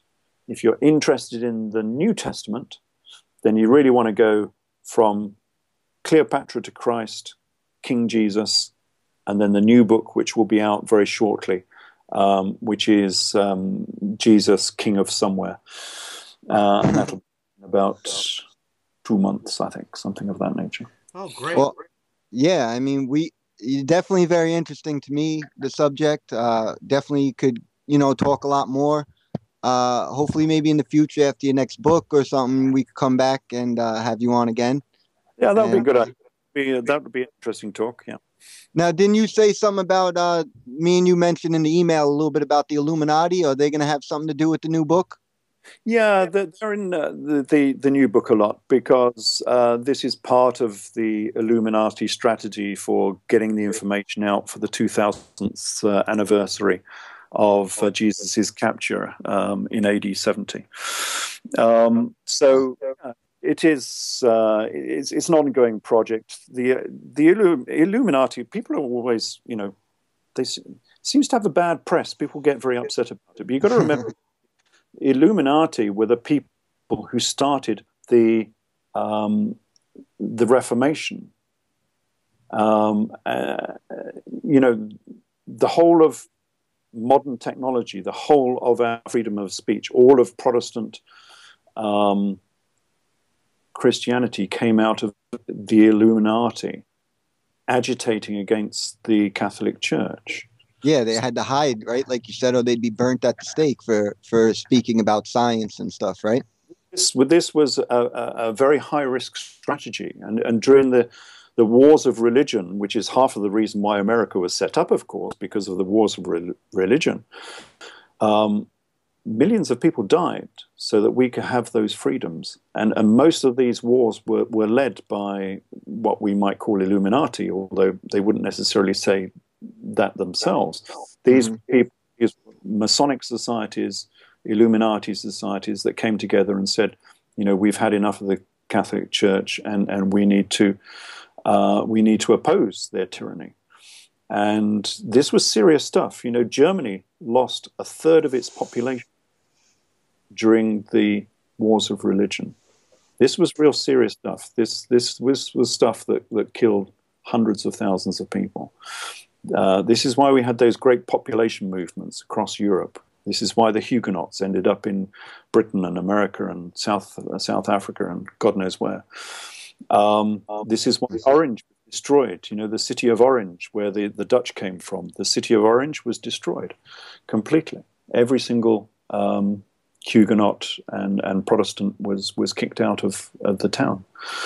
This was an Illuminati project. And so, I don't see why people are so fearful about what the Illuminati means. Well, people are afraid of anything they've never heard before. Well, also, I think that over history and over time, their agenda has changed. Wouldn't you say? Well, no, it hasn't in a way. I mean, it's always been for yeah, it has to be for control of society. All societies need control, otherwise you end up with chaos, and the society falls apart. So there is an element requiring control over society, but it's always been for the good of society, i.e., looking for freedom of speech, looking for freedom of science, looking for tolerance of religion, which was a big thing of the Reformation, of course, of tolerance of all types of religion. All of these aspects were part of the agenda of the Illuminati. I don't know, but also their agenda is to depopulate and to deindustrialize, and to destroy religion and to this is their agenda. No, not necessarily. Destroying religion, you would say the same if you were a Catholic back in the 16th century. You would say they were destroying religion. No, they were giving freedom of choice and making sure that Catholicism didn't rule the whole of Europe. There is an element of not destroying religion, but putting religion back in its box. The only thing I'm distressed about at present with their campaign is they are not campaigning enough against Islam. That is the biggest threat we have to the Reformation. It's not coming from various Christian sects or even sort of New Age sects. The real threat we have to the Enlightenment and the Age of Reason comes from Islam, and that's what they should be actually campaigning more against. That's the real dark force that threatens civilization. I'm not so sure about that they're not all in bed together anyway, but it's interesting perspective. Listen, we got about a minute left. Any closing thoughts that you want, Vinny, to ask Ralph? No, I want to thank you, Ralph. It's very interesting. I will keep looking into your stuff. Look forward to the new one. Hopefully we can talk again. And anybody listening, go to edfu, EDFU, -books.com, and thank you again for doing the show. Very interesting shows. It's been good having a nice show where we can get into deep discussions. It's very good.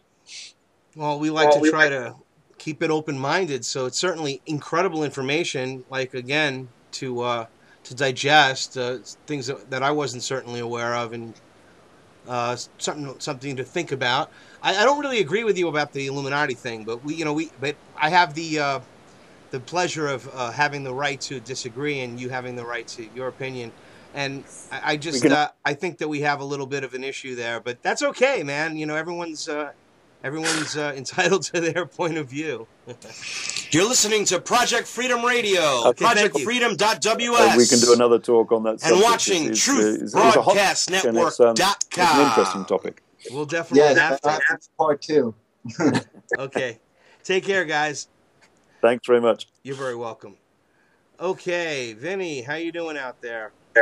Good. I guess you're ready for the first break, or? Well, we're just about at that point here to do a break, and I was just going to play a tune and come back with Janet Phelan. I got to add her in here and to the call. And yes, everybody, you are watching We Are Change Connecticut on TruthBroadcastNetwork.com and listening on Project Freedom Radio. I'm just going to get us, I guess, going with a popular little piece that I have from Lative called We the People.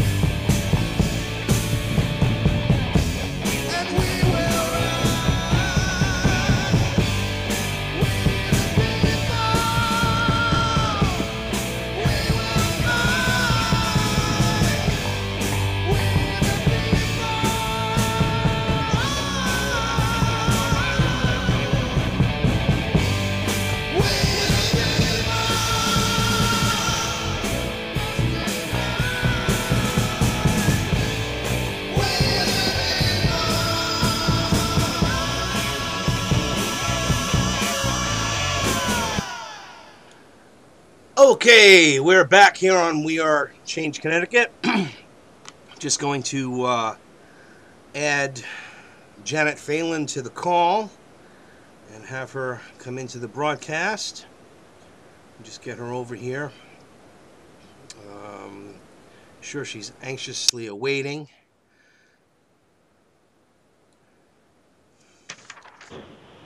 Janet! Hi, Howard. Hi, sorry for the delay.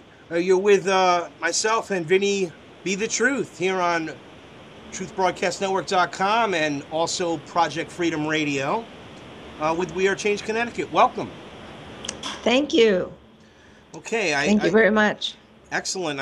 I mean, we've had some incredible broadcasts and some really great success stories and some new information and another horror story and updates on that horror story.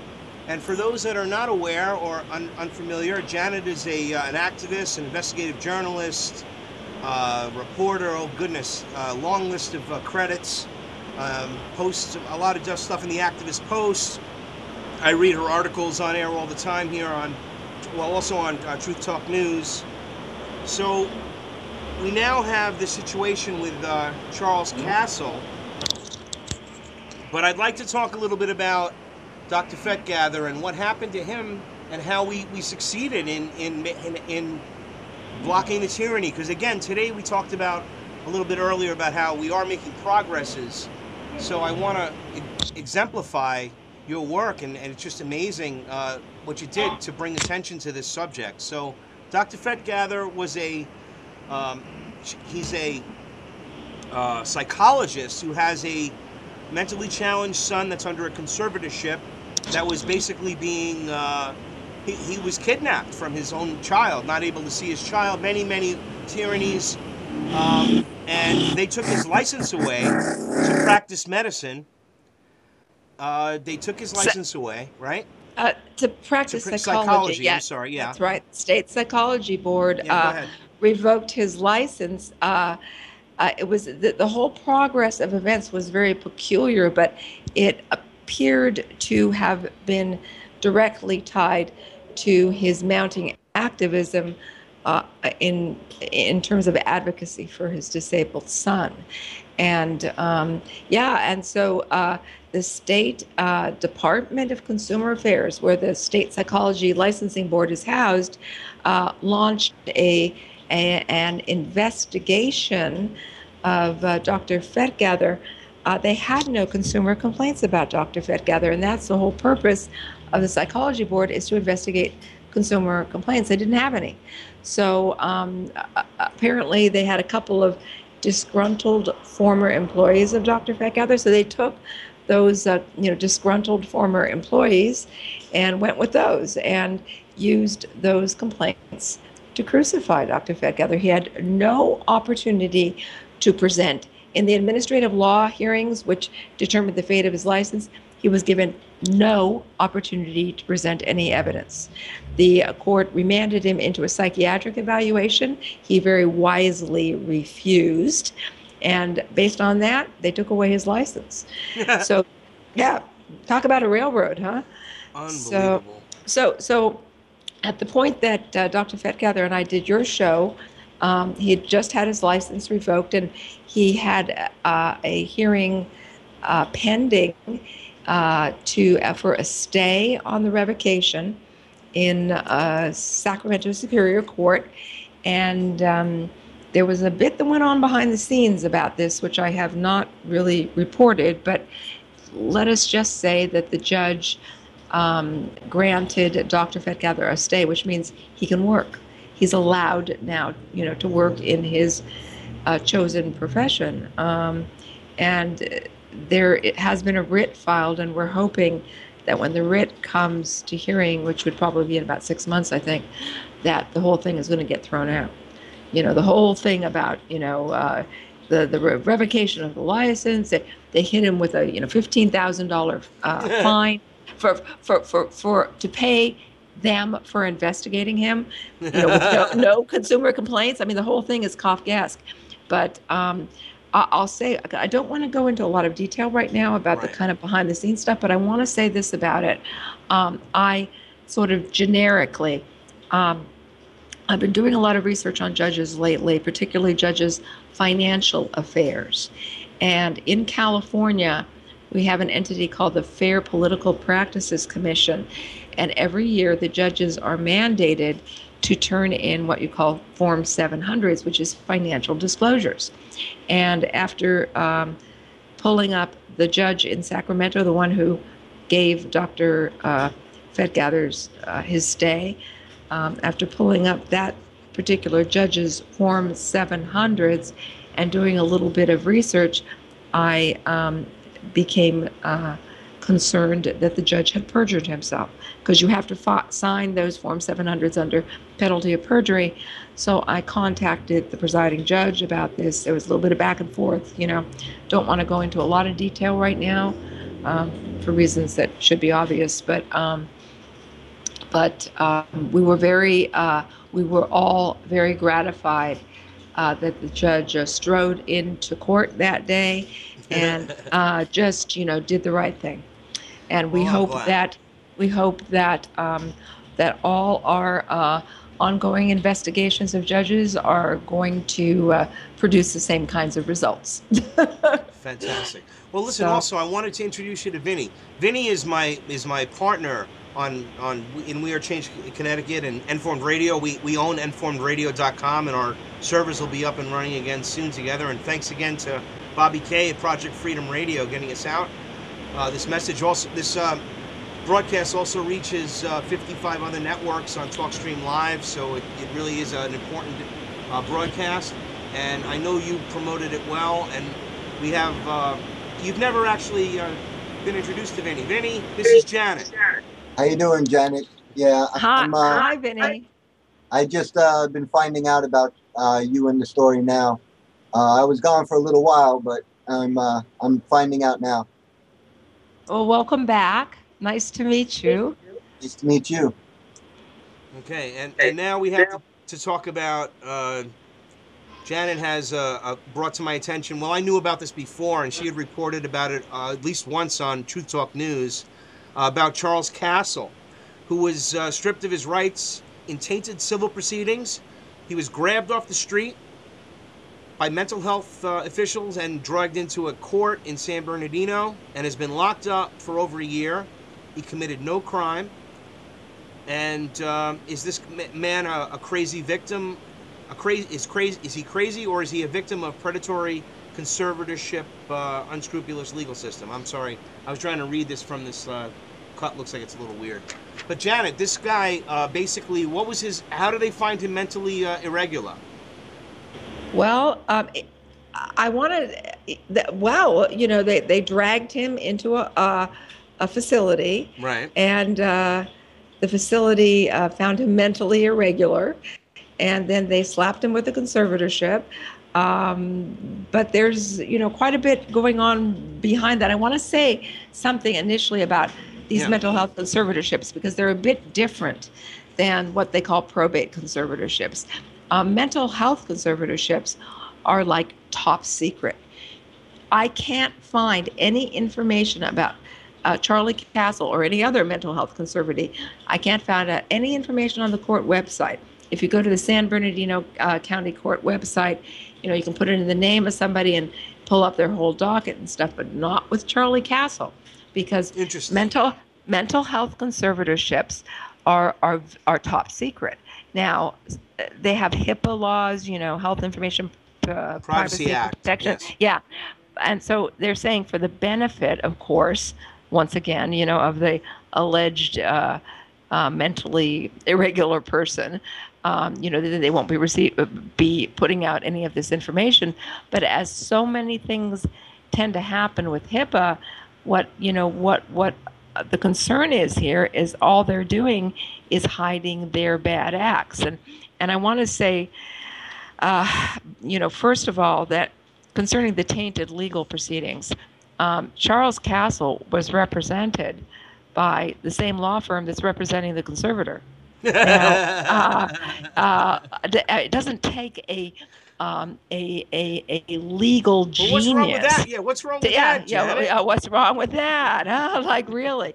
So, this is of grave concern. Furthermore, Charles Castle has the right to a jury trial in these this LPS. It's called LPS, Lanterman Petrie Short, in California, the mental health conservatorships. I'll just call it mental health conservatorship. But he has a right to a jury trial, and he was he reports that he was quote unquote terrorized by his attorney, or the conservator's attorney, or however you want to figure this one out. He was same person, right? Same entity representing both sides.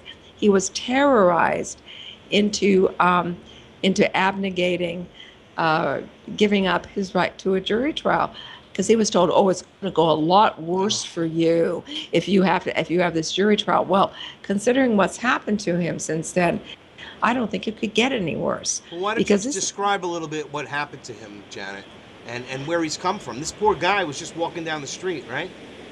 Yeah, just walking down the street.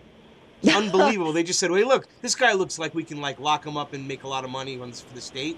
Let's go grab him." Well, yes, Charles Castle was homeless. Yeah, that's what I mean. Of course, yes, yeah, exactly. Right. We have to talk about his circumstance.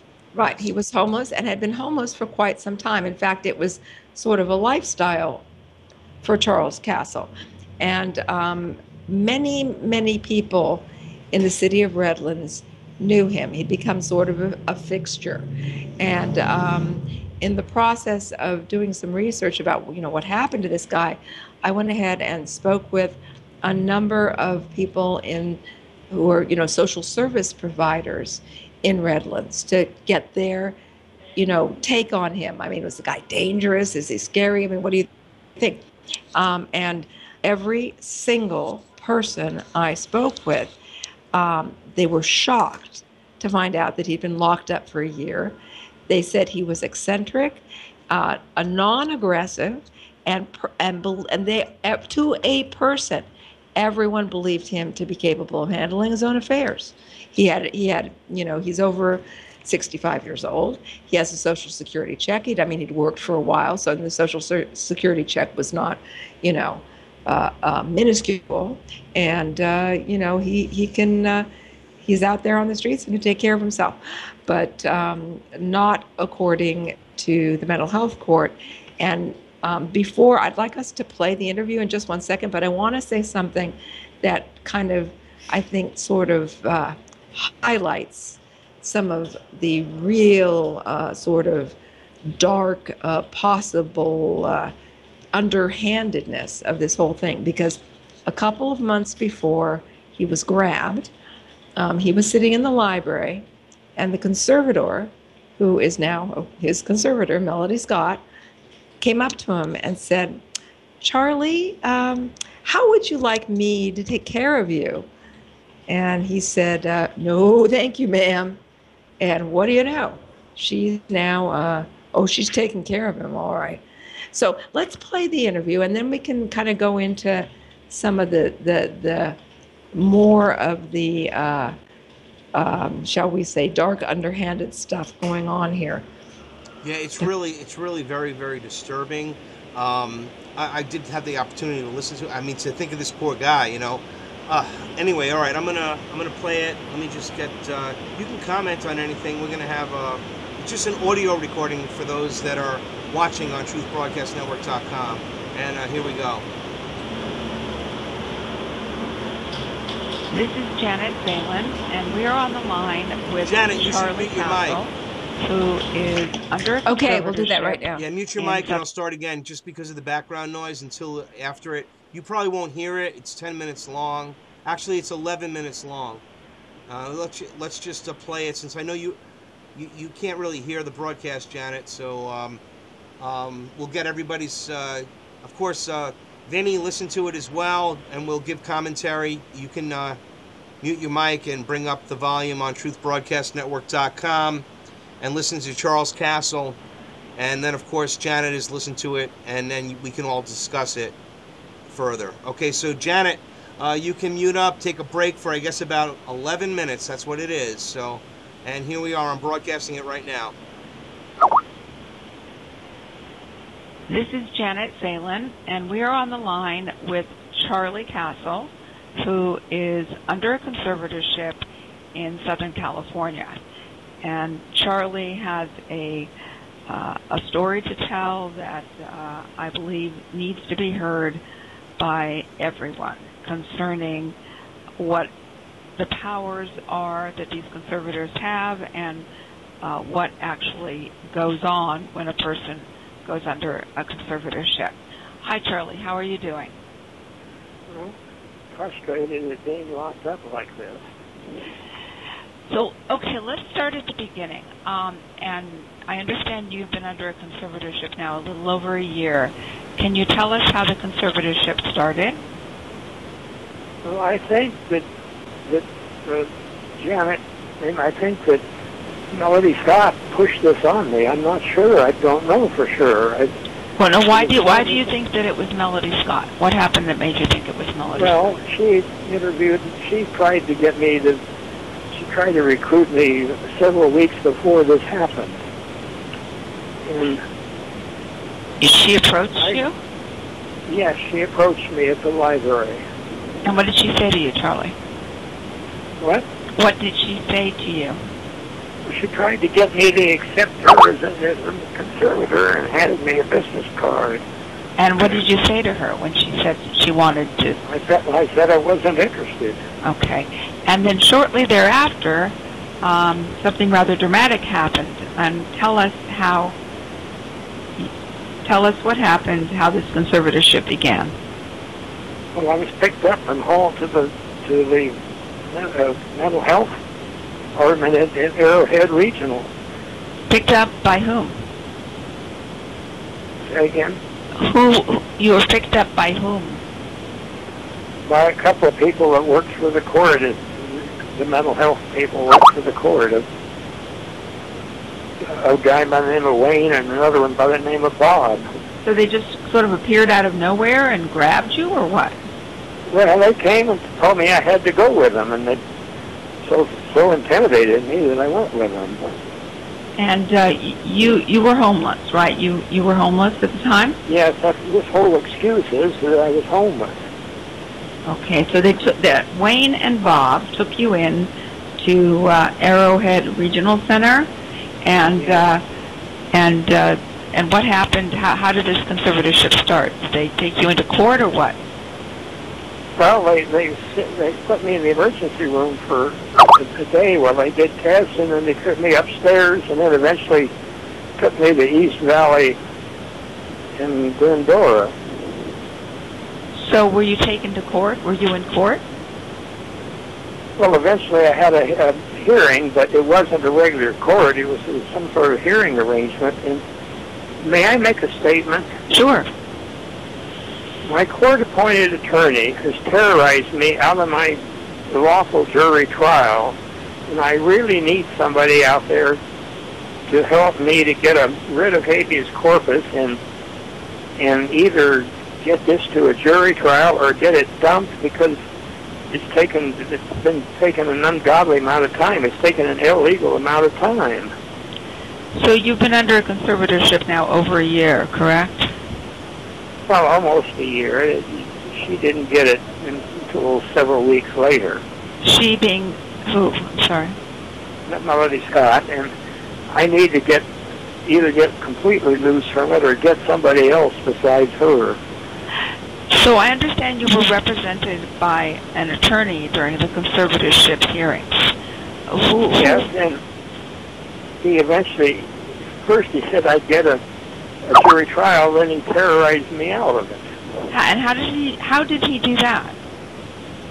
Well, I was feeling pretty low, and he just kept harping on the fact that if I lost, this guy doesn't sound incompetent at all, and they want to keep him locked up. This is unbelievable. I was feeling so low that he just terrorized me out of it.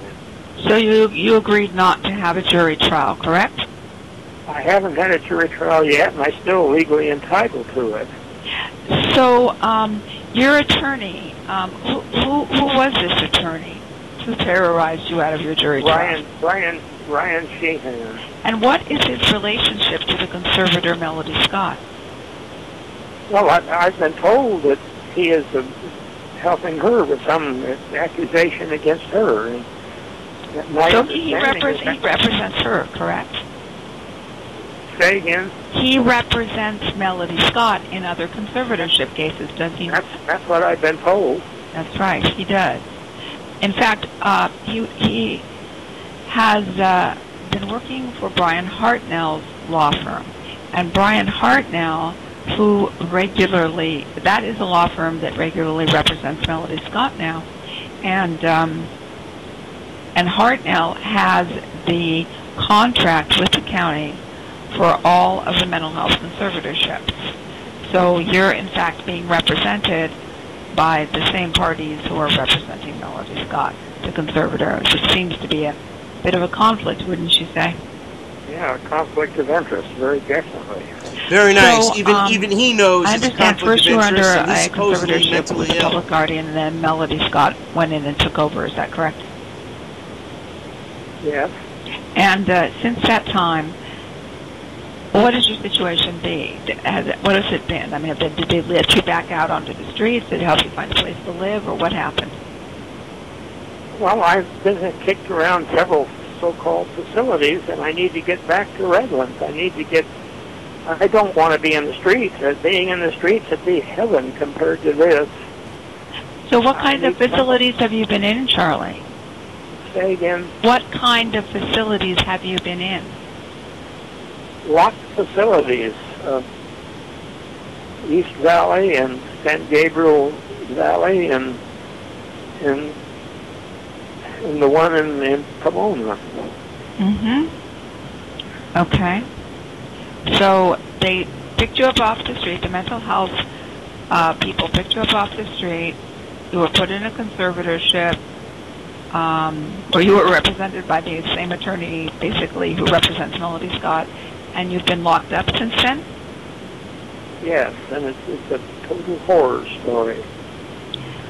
So, what's the facility that you're in like? I mean, tell us what it's like being there. Well, for some people it might be all right, but for me, this is nothing but a horror story.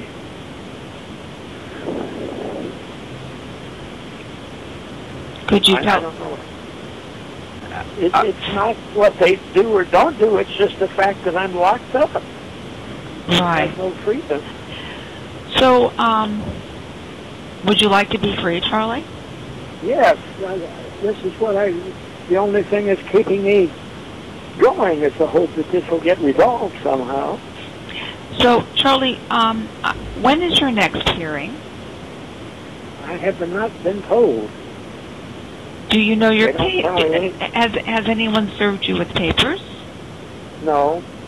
They don't tell me they haven't served me with any papers or anything. Have you contacted your attorney and asked for papers? Well, I will. Not recently. I've been too demoralized. I will try. But have you tried in the past to ask for your file? Well, I have Guy called. obviously I've is never mentally got ill, right, anything ladies and but gentlemen? an answering machine, and they never called back. So you have attempted to reach the attorney? Yes. Okay. All right. So there will be people listening to this interview, and can you tell them what you would like? I mean, you've been stripped of your freedom, you've been locked up for a year, and what situation would you like to be in, Charlie? Well, I like to get loose from this, get temporary housing while I look for long-term housing, and I need to find a person or a concerned person or family or group in the community that will work with me to solve problems, to develop a program. Well, isn't that what the conservator is supposed to do? No, the conservator just gets me locked up. The conservator doesn't help. I haven't even heard from my conservator except one time. Okay. Some conservatives might do this, but not Melody Scott. Okay. Well, I want to thank you very much for talking to us about the situation, Charlie. And well, I'd like to say this again. I need someone to help me get rid of habeas corpus and get this either to a jury or get it dismissed. Okay, well, let's hope that getting this on the air will do that. And I just want to stress very briefly that Charlie is not being served with notice of when his hearings are.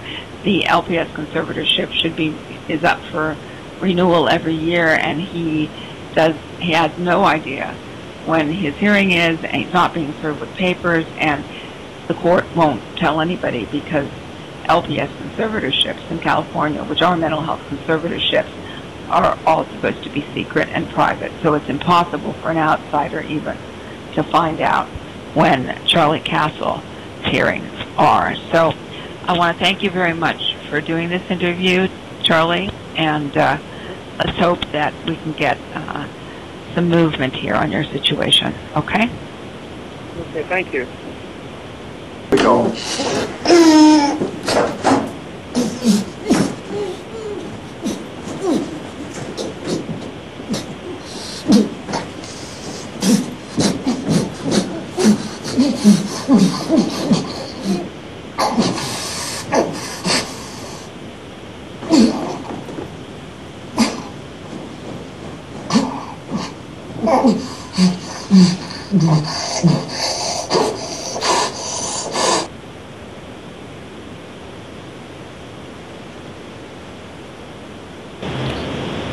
Yeah, we're the government and we know what's best for you. Here, drink this Kool-Aid, right?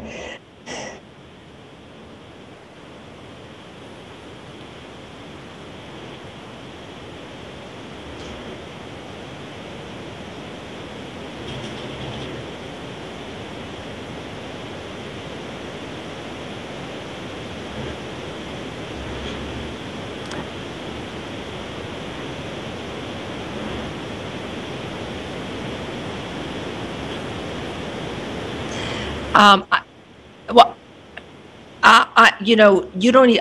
One can't even figure out why they on what axis they're pinning the incompetency declaration, because you can't find out anything.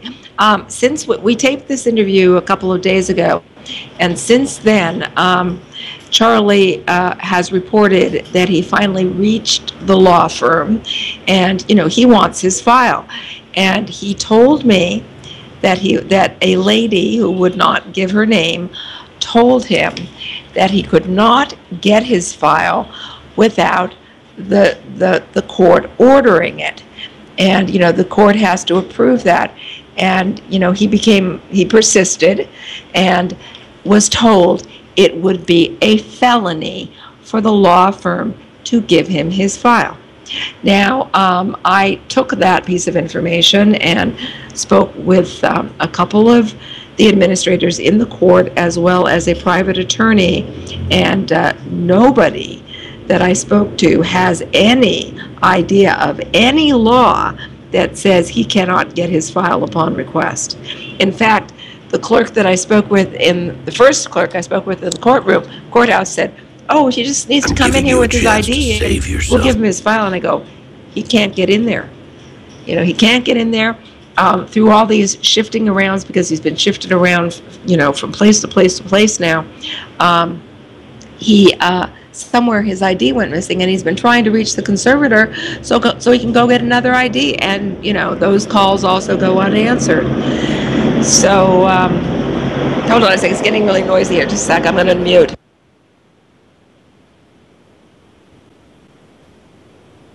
So so it's like a closed system here, and I'm going to be sending off a faxed letter actually to his attorney on Monday, confronting him with this. It's a felony to get your file BS, and insisting that this man's rights be attended to.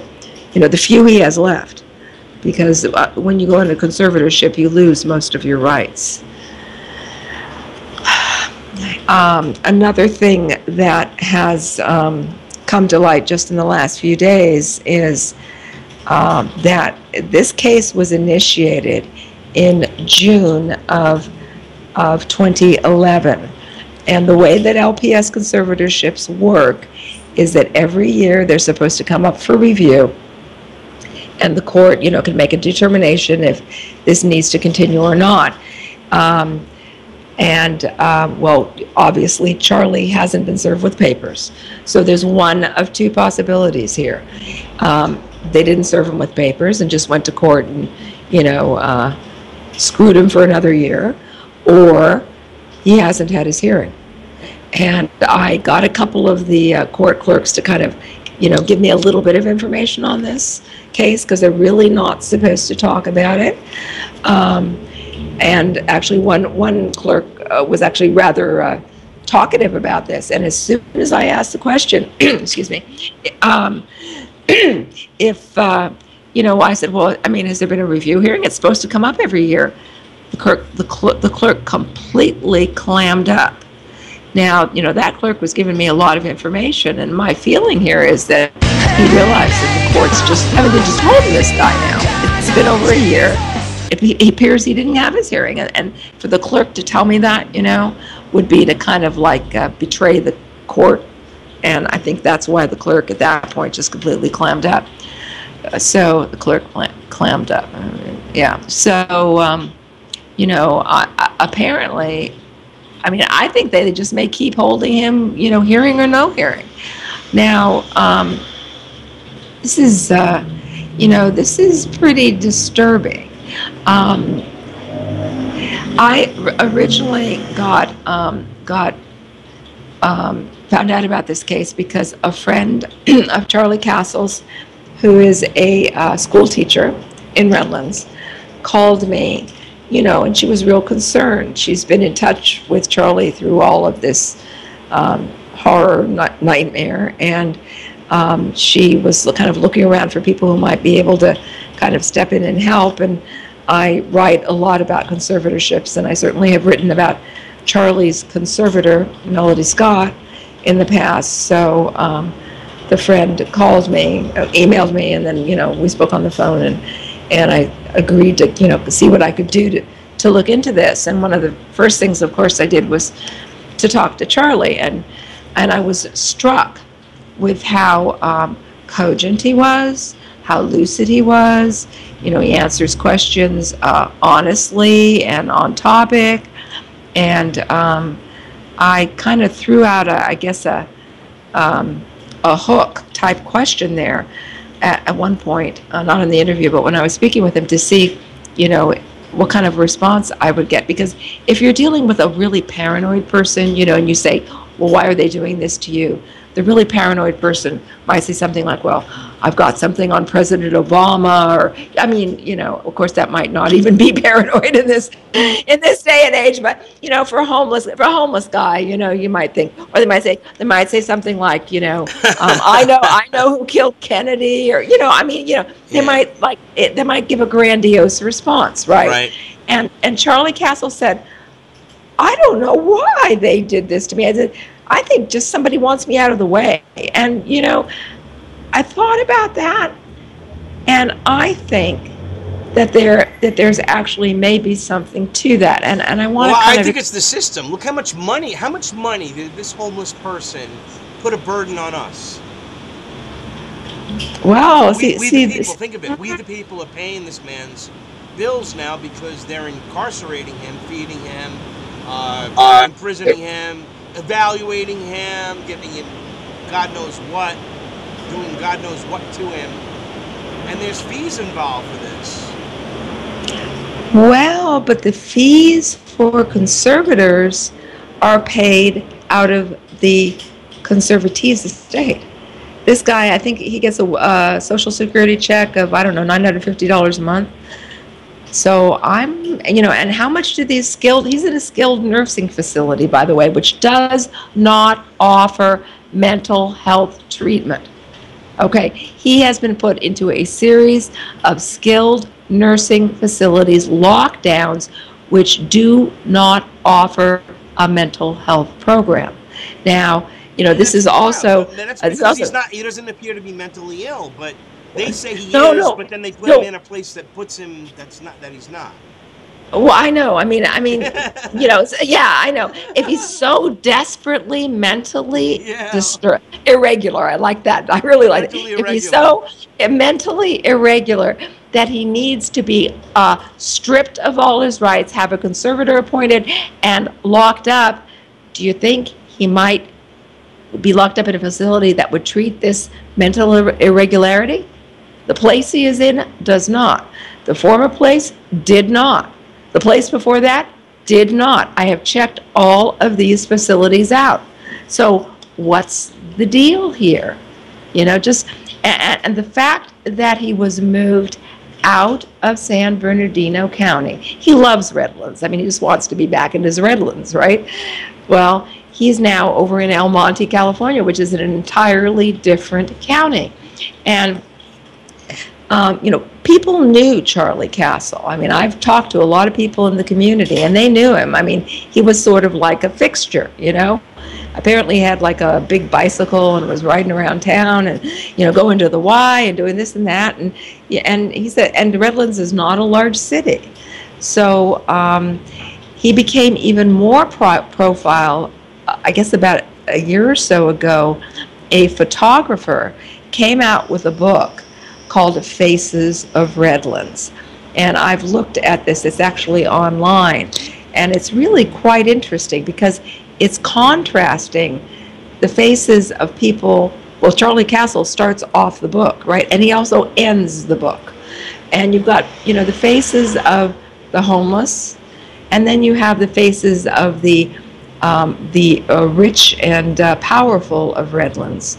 And the photographer who took the pictures of the rich and powerful, those pictures are not what I would call, juxtaposed to the faces of the homeless.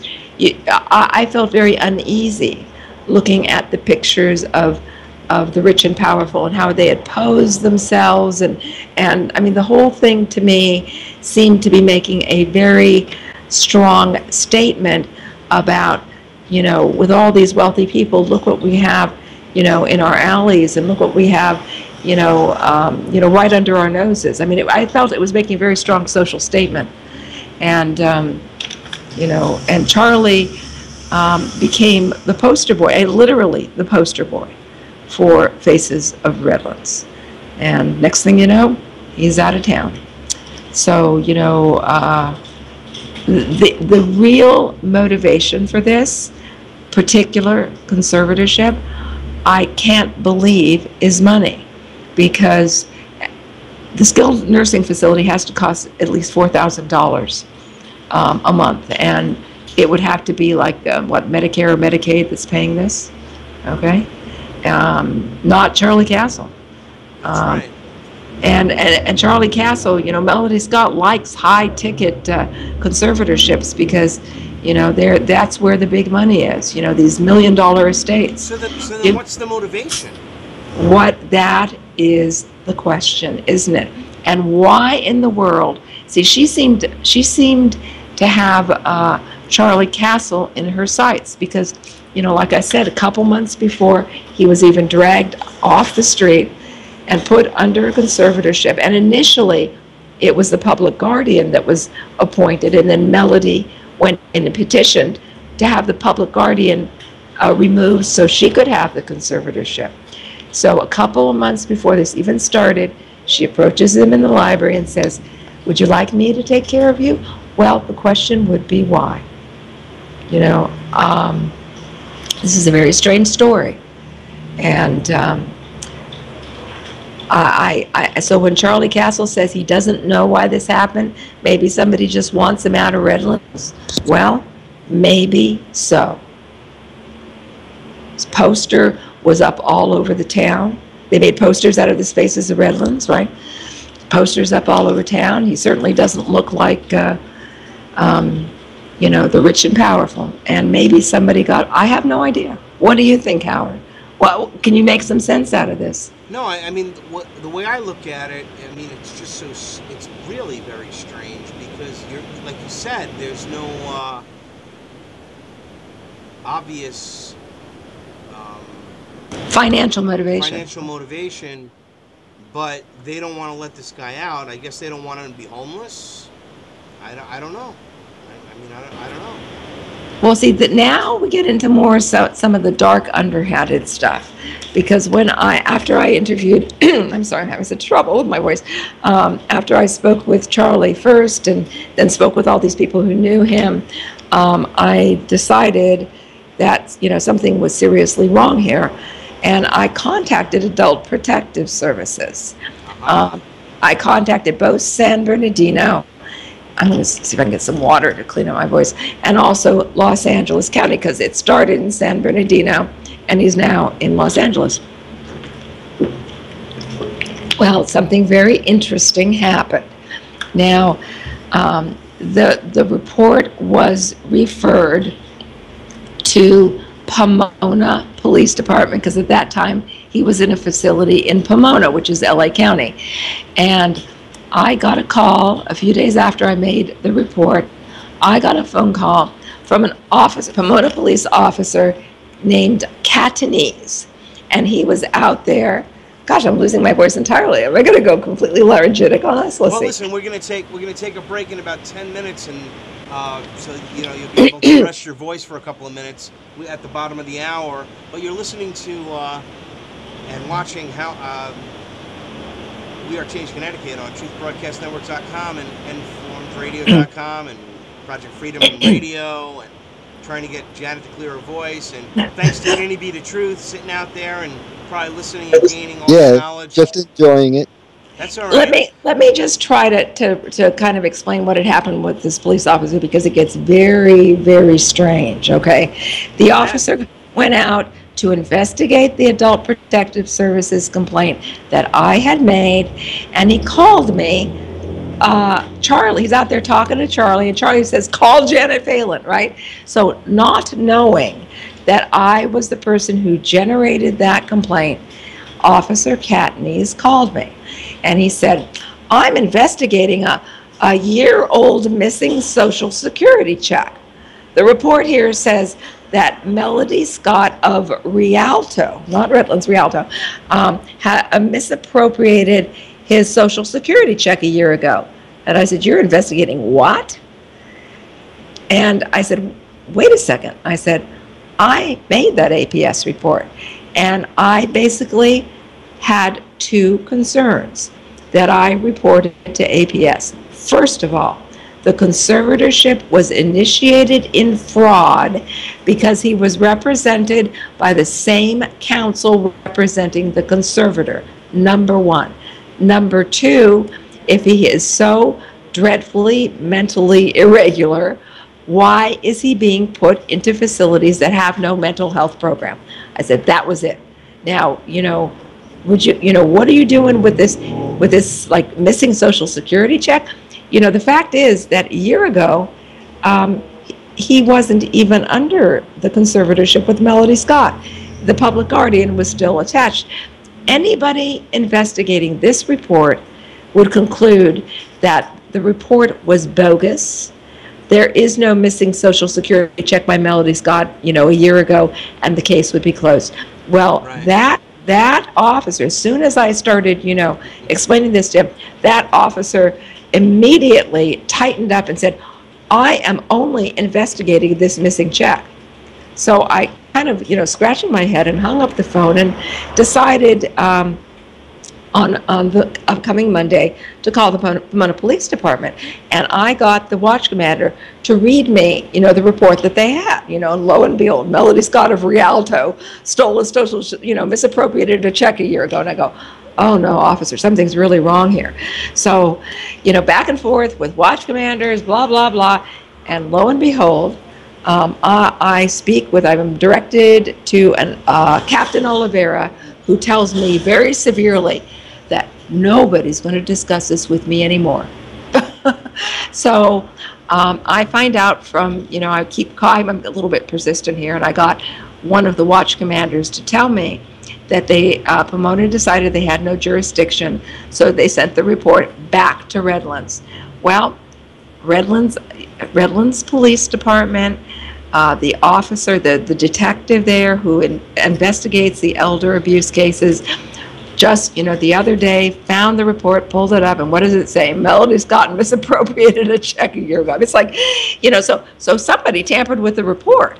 It was either tampered with at the source, which I would not, I hate to say it, but I wouldn't put it past APS to do this, especially in San Bernardino, especially having to do with Melody Scott, or the only other alternative is it was tampered with by the police department.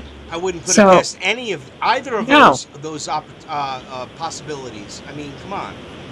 Well, I mean, there's something's going on here that's not regular at all. And then his lawyer says it'll be not the lawyer, the unnamed, female person working in the lawyer's office. The lawyer's name is Brian Hart now, by the way, says it'll be a felony to give you your file. I mean, what, is this what is Franz Kafka? This is the trial by Franz Kafka. You're not accused of anything. You're locked up forever, and it's illegal for you to have a trial. I mean, that's almost as bad as it is. Like what they did to Ezra Pound.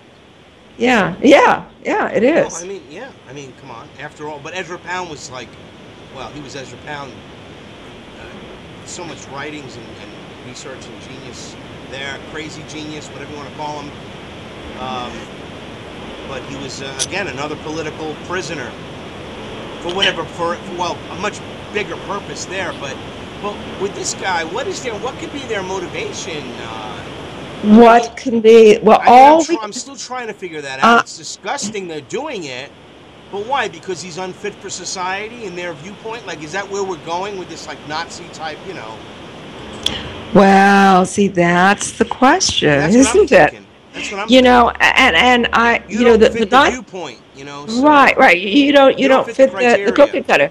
Right, well, the Nazis, as you remember, they went after the gypsies. Well, aren't the gypsies kind of like homeless people? I mean, they're kind of like flitting around and doing their thing.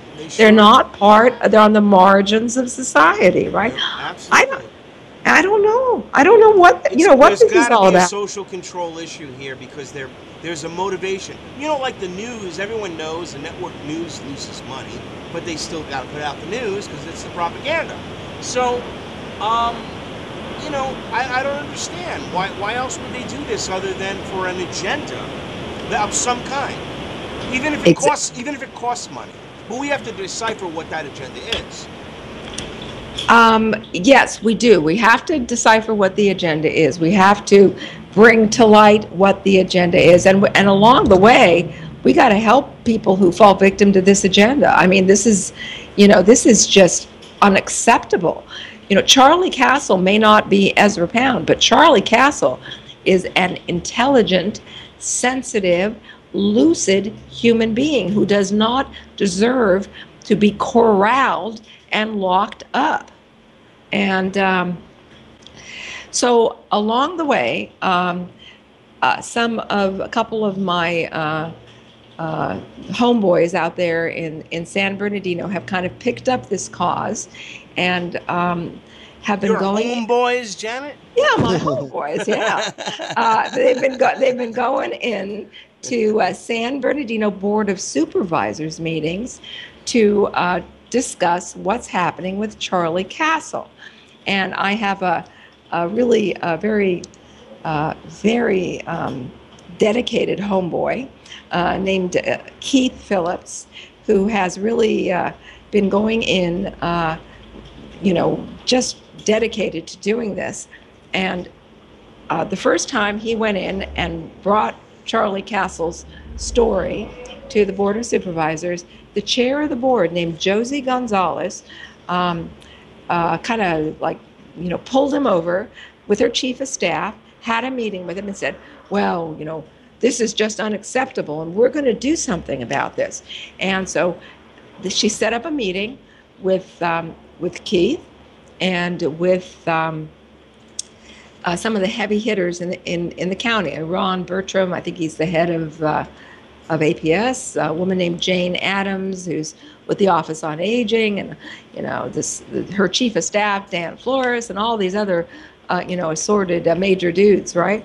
And so Keith goes in there, and just kind of lays out what's going on. Oh, well, everybody's going to look into this, and they're going to get back to him. And Keith also brought in a list of a whole bunch of other Melody Scott victims and said, look, we got to look at all these cases too.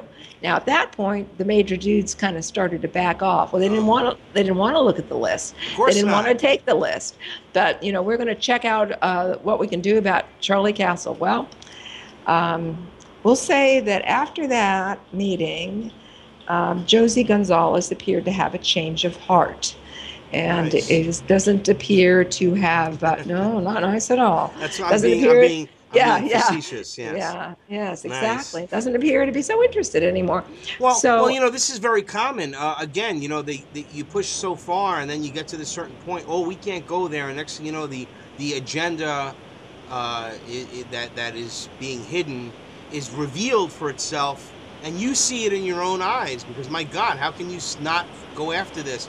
It's like in my state of Connecticut. I don't want to digress, but Murphy and Courtney. These criminals, both, unfortunately, Murphy's trying to swindle his way into senator. God help us if that happens. But they voted to co-sponsor the bill to audit the Federal Reserve, and then they voted against their own co-sponsored bill. So this is typical, right? Wow. That's here in Connecticut. It's disgusting. All right, well, we're going to collect our thoughts here. I want to thank again,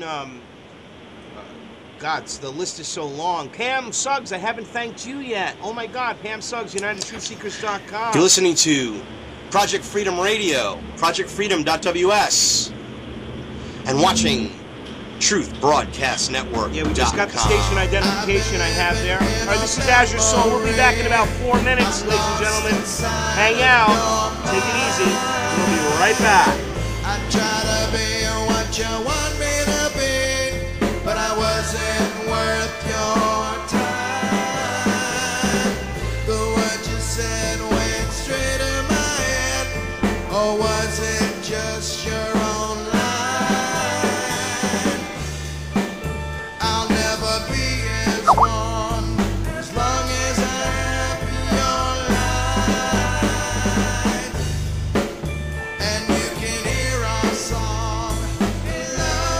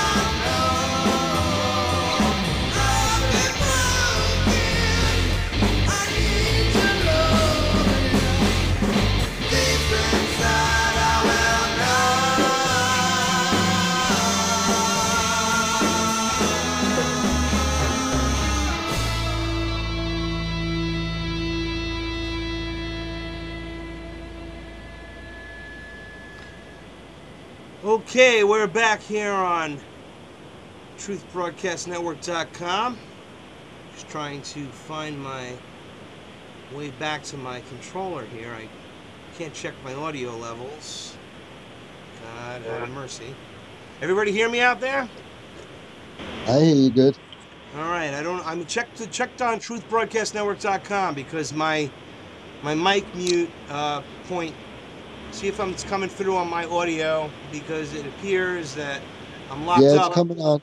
Good. I didn't want to. You can mute it now. I just didn't want to have to restream, because we got a great broadcast. Everybody, thank you for tuning in. Please share this information with everyone you know, especially this incredible story about how we're being just people are being like slowly just taken out of society because they don't fit, and that's my viewpoint on what I've heard here.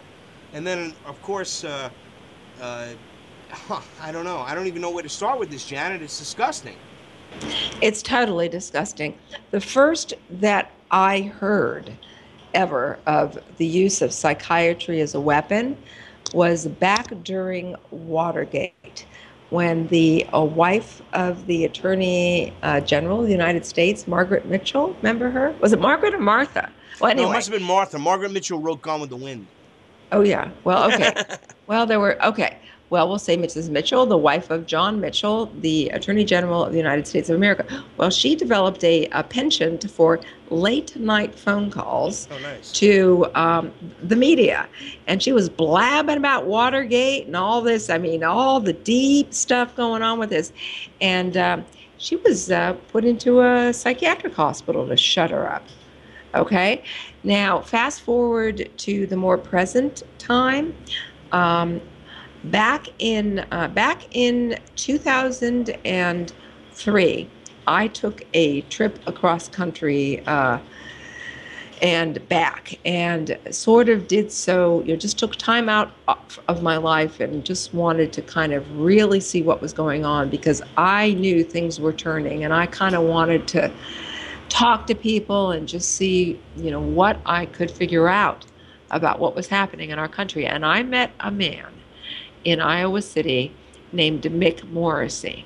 Mick had been a geneticist who had worked on mad cow issues for the U.S. Army. He'd been trained by the Army as a geneticist and had been working on this, and had come to the conclusion that there was something sort of funky going on with this mad cow story, and that in fact the generative sort of mad cow issue, whatever was causing what they're calling mad cow, was actually something that had been leaked into our processed food.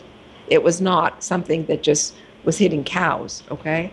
And had been purposefully leaked into processed food. And I spent a bit of time with Mick and, talked to him about his research, and he called this the planned obsolescence of the human race. And, wow. Lo and behold, we now have 30-year-olds coming down with Alzheimer's, okay? It's an epidemic. Yes. And people are getting younger and younger. And what's really going on with this? Well, Mick, for his good deed of trying to blow the whistle on this, was told by his superiors to, just get out of Dodge, leave the military. We don't want you anymore. When he left, he was arrested for desertion. Oh, God have mercy. They tell him to go, and then they arrest him. And then put into a psychiatric hospital where he was, plied with all, every kind of antipsychotic medication in the book. And along the way, with all of this negatives, he became homeless, right? So, I mean, they really tried to destroy this guy. And once again, they were telling him, he's schizophrenic, you're crazy, right?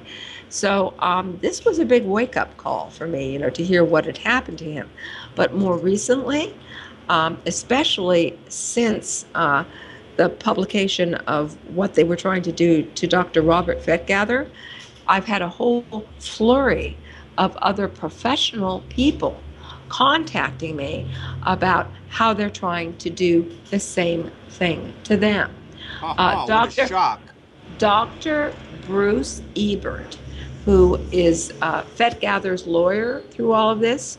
He's a lawyer, but he is also a clinical psychologist.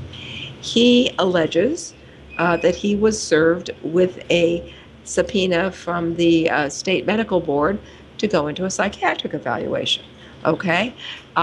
There is a woman named Jill Soderman who had a licensed as a clinical social worker, also had trained as a psychoanalyst, and had become very aggressive in her practice with child protective issues, okay? And had been working as an advocate to try to steer some of these court proceedings into a more humane direction with the taking of children. Jill Soderman reports that the Social Security Administration sent an ambulance to her home to force her into a psychiatric evaluation. Of course, she didn't. She wouldn't go. Right.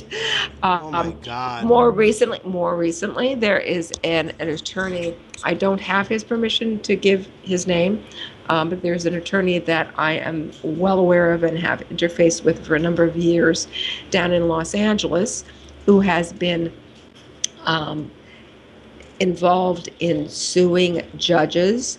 Has gotten very involved in these conservatorship issues, and is actually involved in this lawsuit, which I believe is going to be breaking any day now, which may have a certain Mr. Obama in the defendant category, but had become very aggressive in these matters, and they set him up on very questionable criminal charges, stuck him in the nut house in the LA County jail, and very recently again the court ordered him into a psychiatric evaluation. I mean, there is another fellow who worked for Child Protective Services in Los Angeles, he's one of my homeboys, became very, very involved in this anti-conservatorship battle, was doing radio shows, YouTube interviews, and really becoming quite a force to be reckoned with. Child Protective Services wanted him to go into a psychiatric evaluation. I mean, it's becoming... This is what they're doing. It's an epidemic. CPS is going nuts, and then they drug all the kids. They want the kids all to be on drugs. Well, and if somebody starts really challenging the system, I mean, it's becoming almost pro forma now. Well, you must need a psychiatric evaluation. Well, have you heard of, for example, Dr. Carpenter at all? Oh, Dr. yes, Antonelli? I have. Yes, Of course. All right. Look at the horror that's going on with her, who has something that's not part of the medical mafia, that's a threat to the medical mafia. So look what they've done to her, try to ruin her. Oh, well, there are so many ways to ruin somebody, aren't there? It's disgusting. The one that I think about that I wanted to add in at some point was with the military people and the Major General Smedley Butler, who found out the truth about things, I believe, in like World War II. And he came out, wrote a book like War is a Racket and all this. And then they had him put in a medical ward to where they eventually killed him. And I know a couple of military friends. I've heard stories from military people that they make them come in for an evaluation. And, you know, the VA works where you have to go. Not where you were saying, like, some people, why go, you know. But if you don't go with the VA, they'll take away the benefits. So yeah, they force you. They're forced to go. Absolutely. And then, and then when they go, then they're given, like, you know, these weird evaluations, like, you know, do you feel stressed? Do you get upset? You know, these weird questions, you know, simple questions that anybody could say yes to. And then with that, they then turn around and say that they need medical drugs. And then after they do that, then they say that you can't have any guns.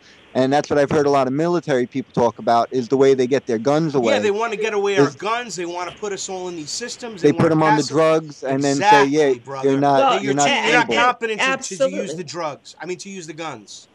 Well, you know, I know. And there's what really, the bottom line is here that I think is really very, very scary is with a negative psychiatric evaluation, they can lock you up for the rest of your life. I mean, it goes for like first a 14-day hold, and then it goes longer than that. And then you come up for a review, and all you need is one of those, you know, slimy men in black dresses executing the laws. I mean, I think they're called judges. But, you know, all you need is somebody to pound that gavel and say commitment, and there you go. So you can lose everything with a negative psychiatric evaluation. It's even worse than what it appears on the surface. I mean, it would be sort of humiliating and embarrassing, but it can be life-threatening. Mm-hmm. So I want, before we get too much closer to the end of the hour, I want to give out a couple of phone numbers.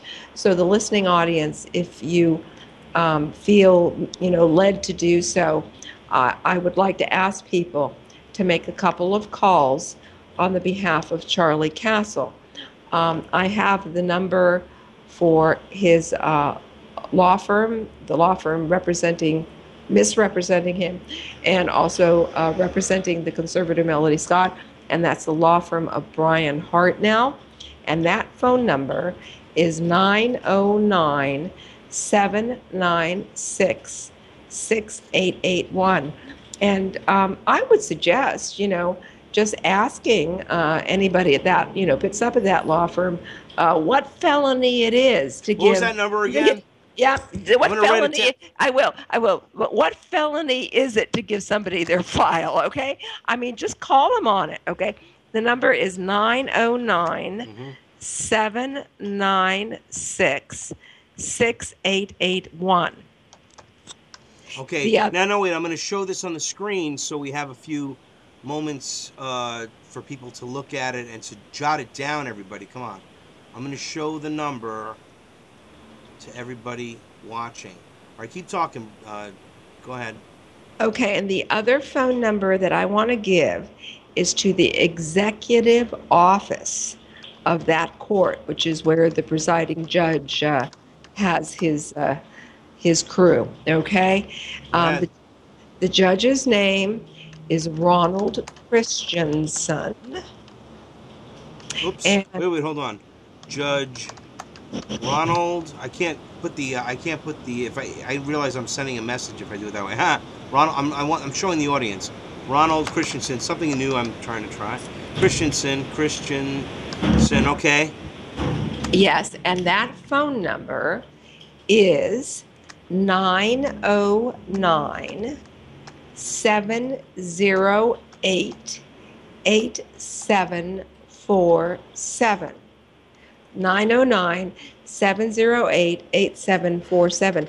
Now, I've made some calls attempting to reach the presiding judge, and I've also faxed over a letter concerning another case that's going on. He's probably the best person to call anyway. Everybody call the judge, write to the judge.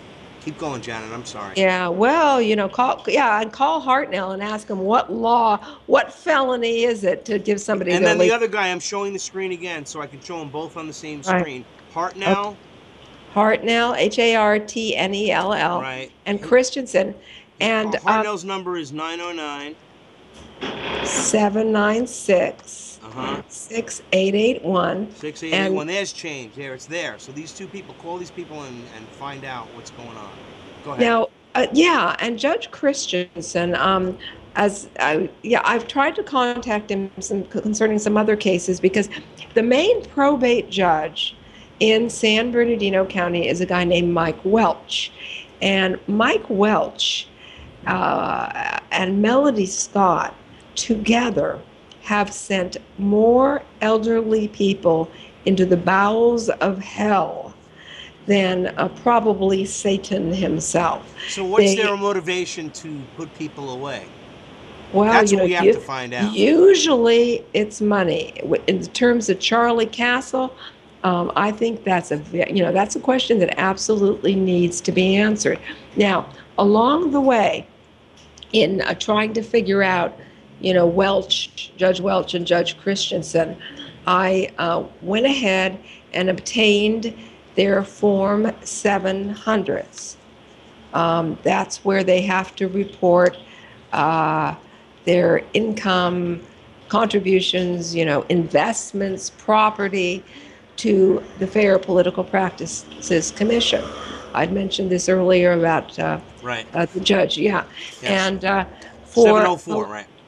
Yeah, 700s. 700s, whatever. Right. So for the last 7 years, both Welch and Christensen have filed the short forms saying that they have nothing to report. Now, Really? Judge Welch makes about $175,000 a year, I think. And you're telling me that a judge who makes $175,000 a year has, other than his primary residence, has no property and no investments. Christensen makes more as presiding judge. No property, you're exempt. You don't have to report your primary residence. No property and no investments. I find that questionable. And I have been doing some research through the Grantee-Grantor Index with both Welch and Christensen. And what is Welch's? Let's get this Welch guy in here. I question Mike Welch, Judge Mike Welch. All I right, Mike. question the veracity of their statements that they own no property other than primary residence and have no investments. I question the accuracy of their Form 700s, which they signed under penalty of perjury.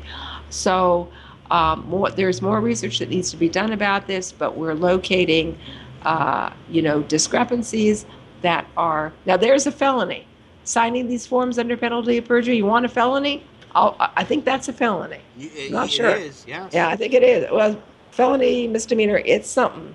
So there are financial interests that judges are not disclosing, and my concern, of course, would be that they're not disclosing because the paper trail, the money trail, would point in a direction they don't want to go. Yeah. They don't want to go. Now, Christensen, for example, because they're complicit in this whole scheme, whatever the scheme is, they're complicit in it, whether they're compensated in other ways with false bank accounts or overseas assets or whatever. They're compensated, they're culpable, their names are signed on the documents, so to speak, and they will get nailed. Well, it's an interesting thing about those names signed on the documents, because in 2004, Christensen went to some degree of effort to hide the fact of his ownership of his primary residence. The primary residence is in Grand Terrace. He actually changed, and I have the records to prove this, on the Grantee-Grantor Index, I believe, it's the assessor's record, sorry. He changed the name on the property to, first to property owners. That's who owns the property, right? Property owners. Nice. And from there, it changed to a bunch of symbols, keyboard symbols, like at the uppercase, of the top row.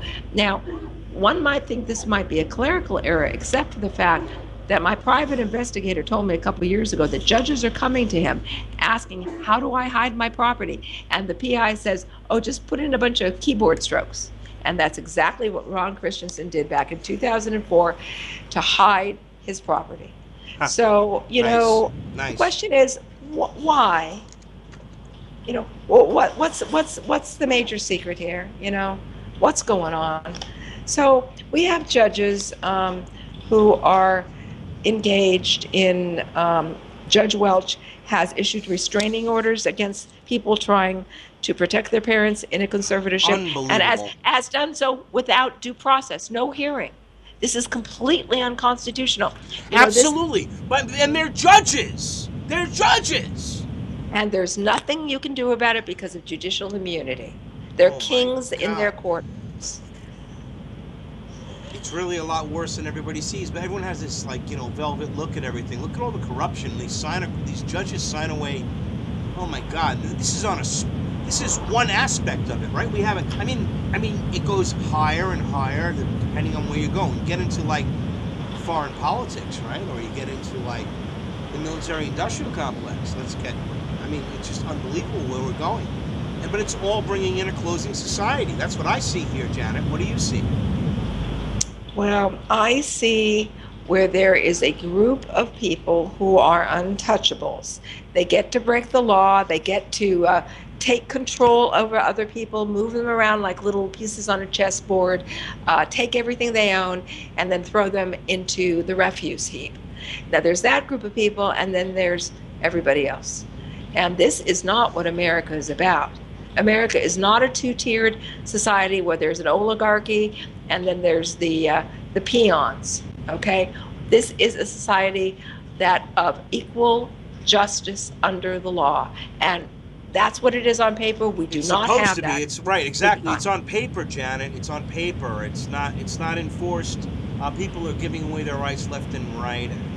Oh my God. Vinny, you have any closing comments or anything you want to ask Janet? Because we have a couple of minutes left, and then we'll be, I got like about 2 minutes, and then I got to run this final segment here. And what's on your mind?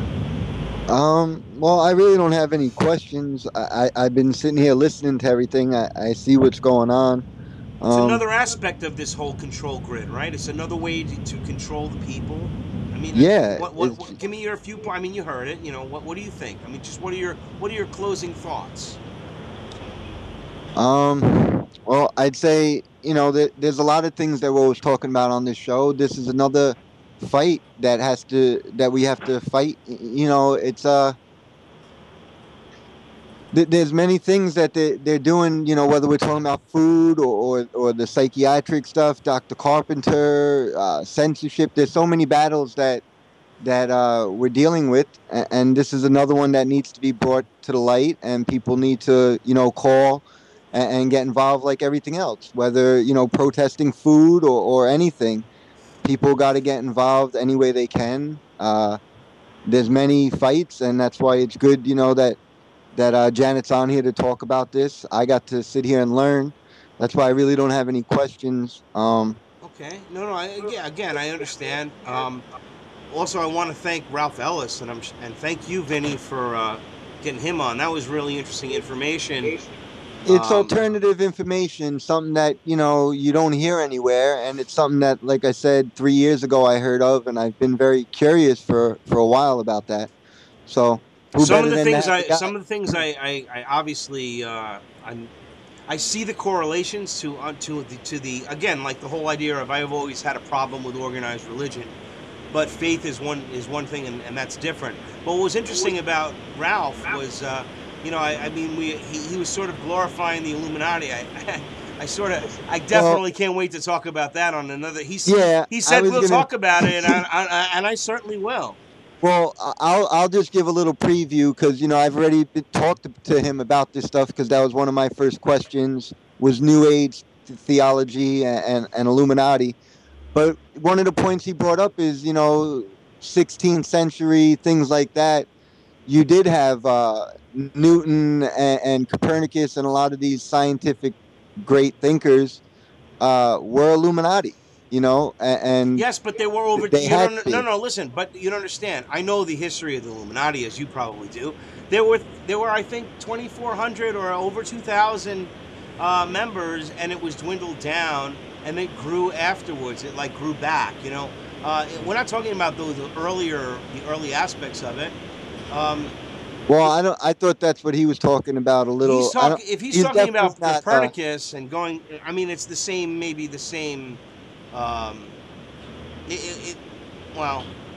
that's. I think it'll be a very interesting show. Illuminati. I think he was just talking about some of the ancient, what happened in the past and why it was really created. No, I understand why it was created, but I mean the actual Illuminati. Their plans now, are right. Yeah, what it is now is Luciferian. Exactly, that's my point. But these are people in the 19th century that like Madame Blavatsky and Albert Pike, that really brought that, I feel, into it. Into the Illuminati. Well, again, there was a transition from maybe. I'm not denying that. There was the Age of Enlightenment. We wouldn't be here if it wasn't for the Age of Enlightenment, right? And the church had its way. We'd still, the Reformation and all that, right? Yes, I agree. And Janet, I want to again thank you for joining us tonight. And if you have any other good information or any other causes you want me to promote for you, you've got a voice here. And thank you for joining us. Thank you very much. And I'm becoming just a great fan of your show. You are doing exactly what needs to be done to expose these sorts of things and to bring them to light. And I want to thank you very much, Howard. And you too, Vinny. Oh, thank you. And it was a pleasure meeting you. It's, a serious story that I hope a lot of people take that number and call and join in the fight. Again, that's 909-796-8881. That's the executive number for... That's the number for Brian Hartnell. For Brian Hartnell. And then you have Judge Ronald Christensen, 909-708-8747. And we have Mike Welch. I don't have his number here, but let's get these people and to expose their activities. If they're doing something wrong, they shouldn't be compensated. And then if enough people get angry, they'll have to take a step back. Yes, again, they'll look back and they will protect their own asses before they become victims themselves of their own crimes. But we'll see. I don't know. I just hope that there's a chance that everybody can see what's going on, that this world is really not what it appears to be, and that people like Janet Phelan and people like you and me, Vinny, we know what's going on, and we try to expose this. And these people are doing the hard work, and we want to give them the forum they need to get this information out. And you always have it here. That's what I said. So we try to do that. We try our best to do that. And in the 15 seconds we have left, thank you again, Janet. Thank you to Bobby K, ProjectFreedom.ws. You are listening to Project Freedom Radio. Take care. I want to thank Bobby See K you next for week, Saturday, 5 p.m. on Project Freedom Radio and its 55 affiliates through TalkStream Live. Thank you again, Bobby K.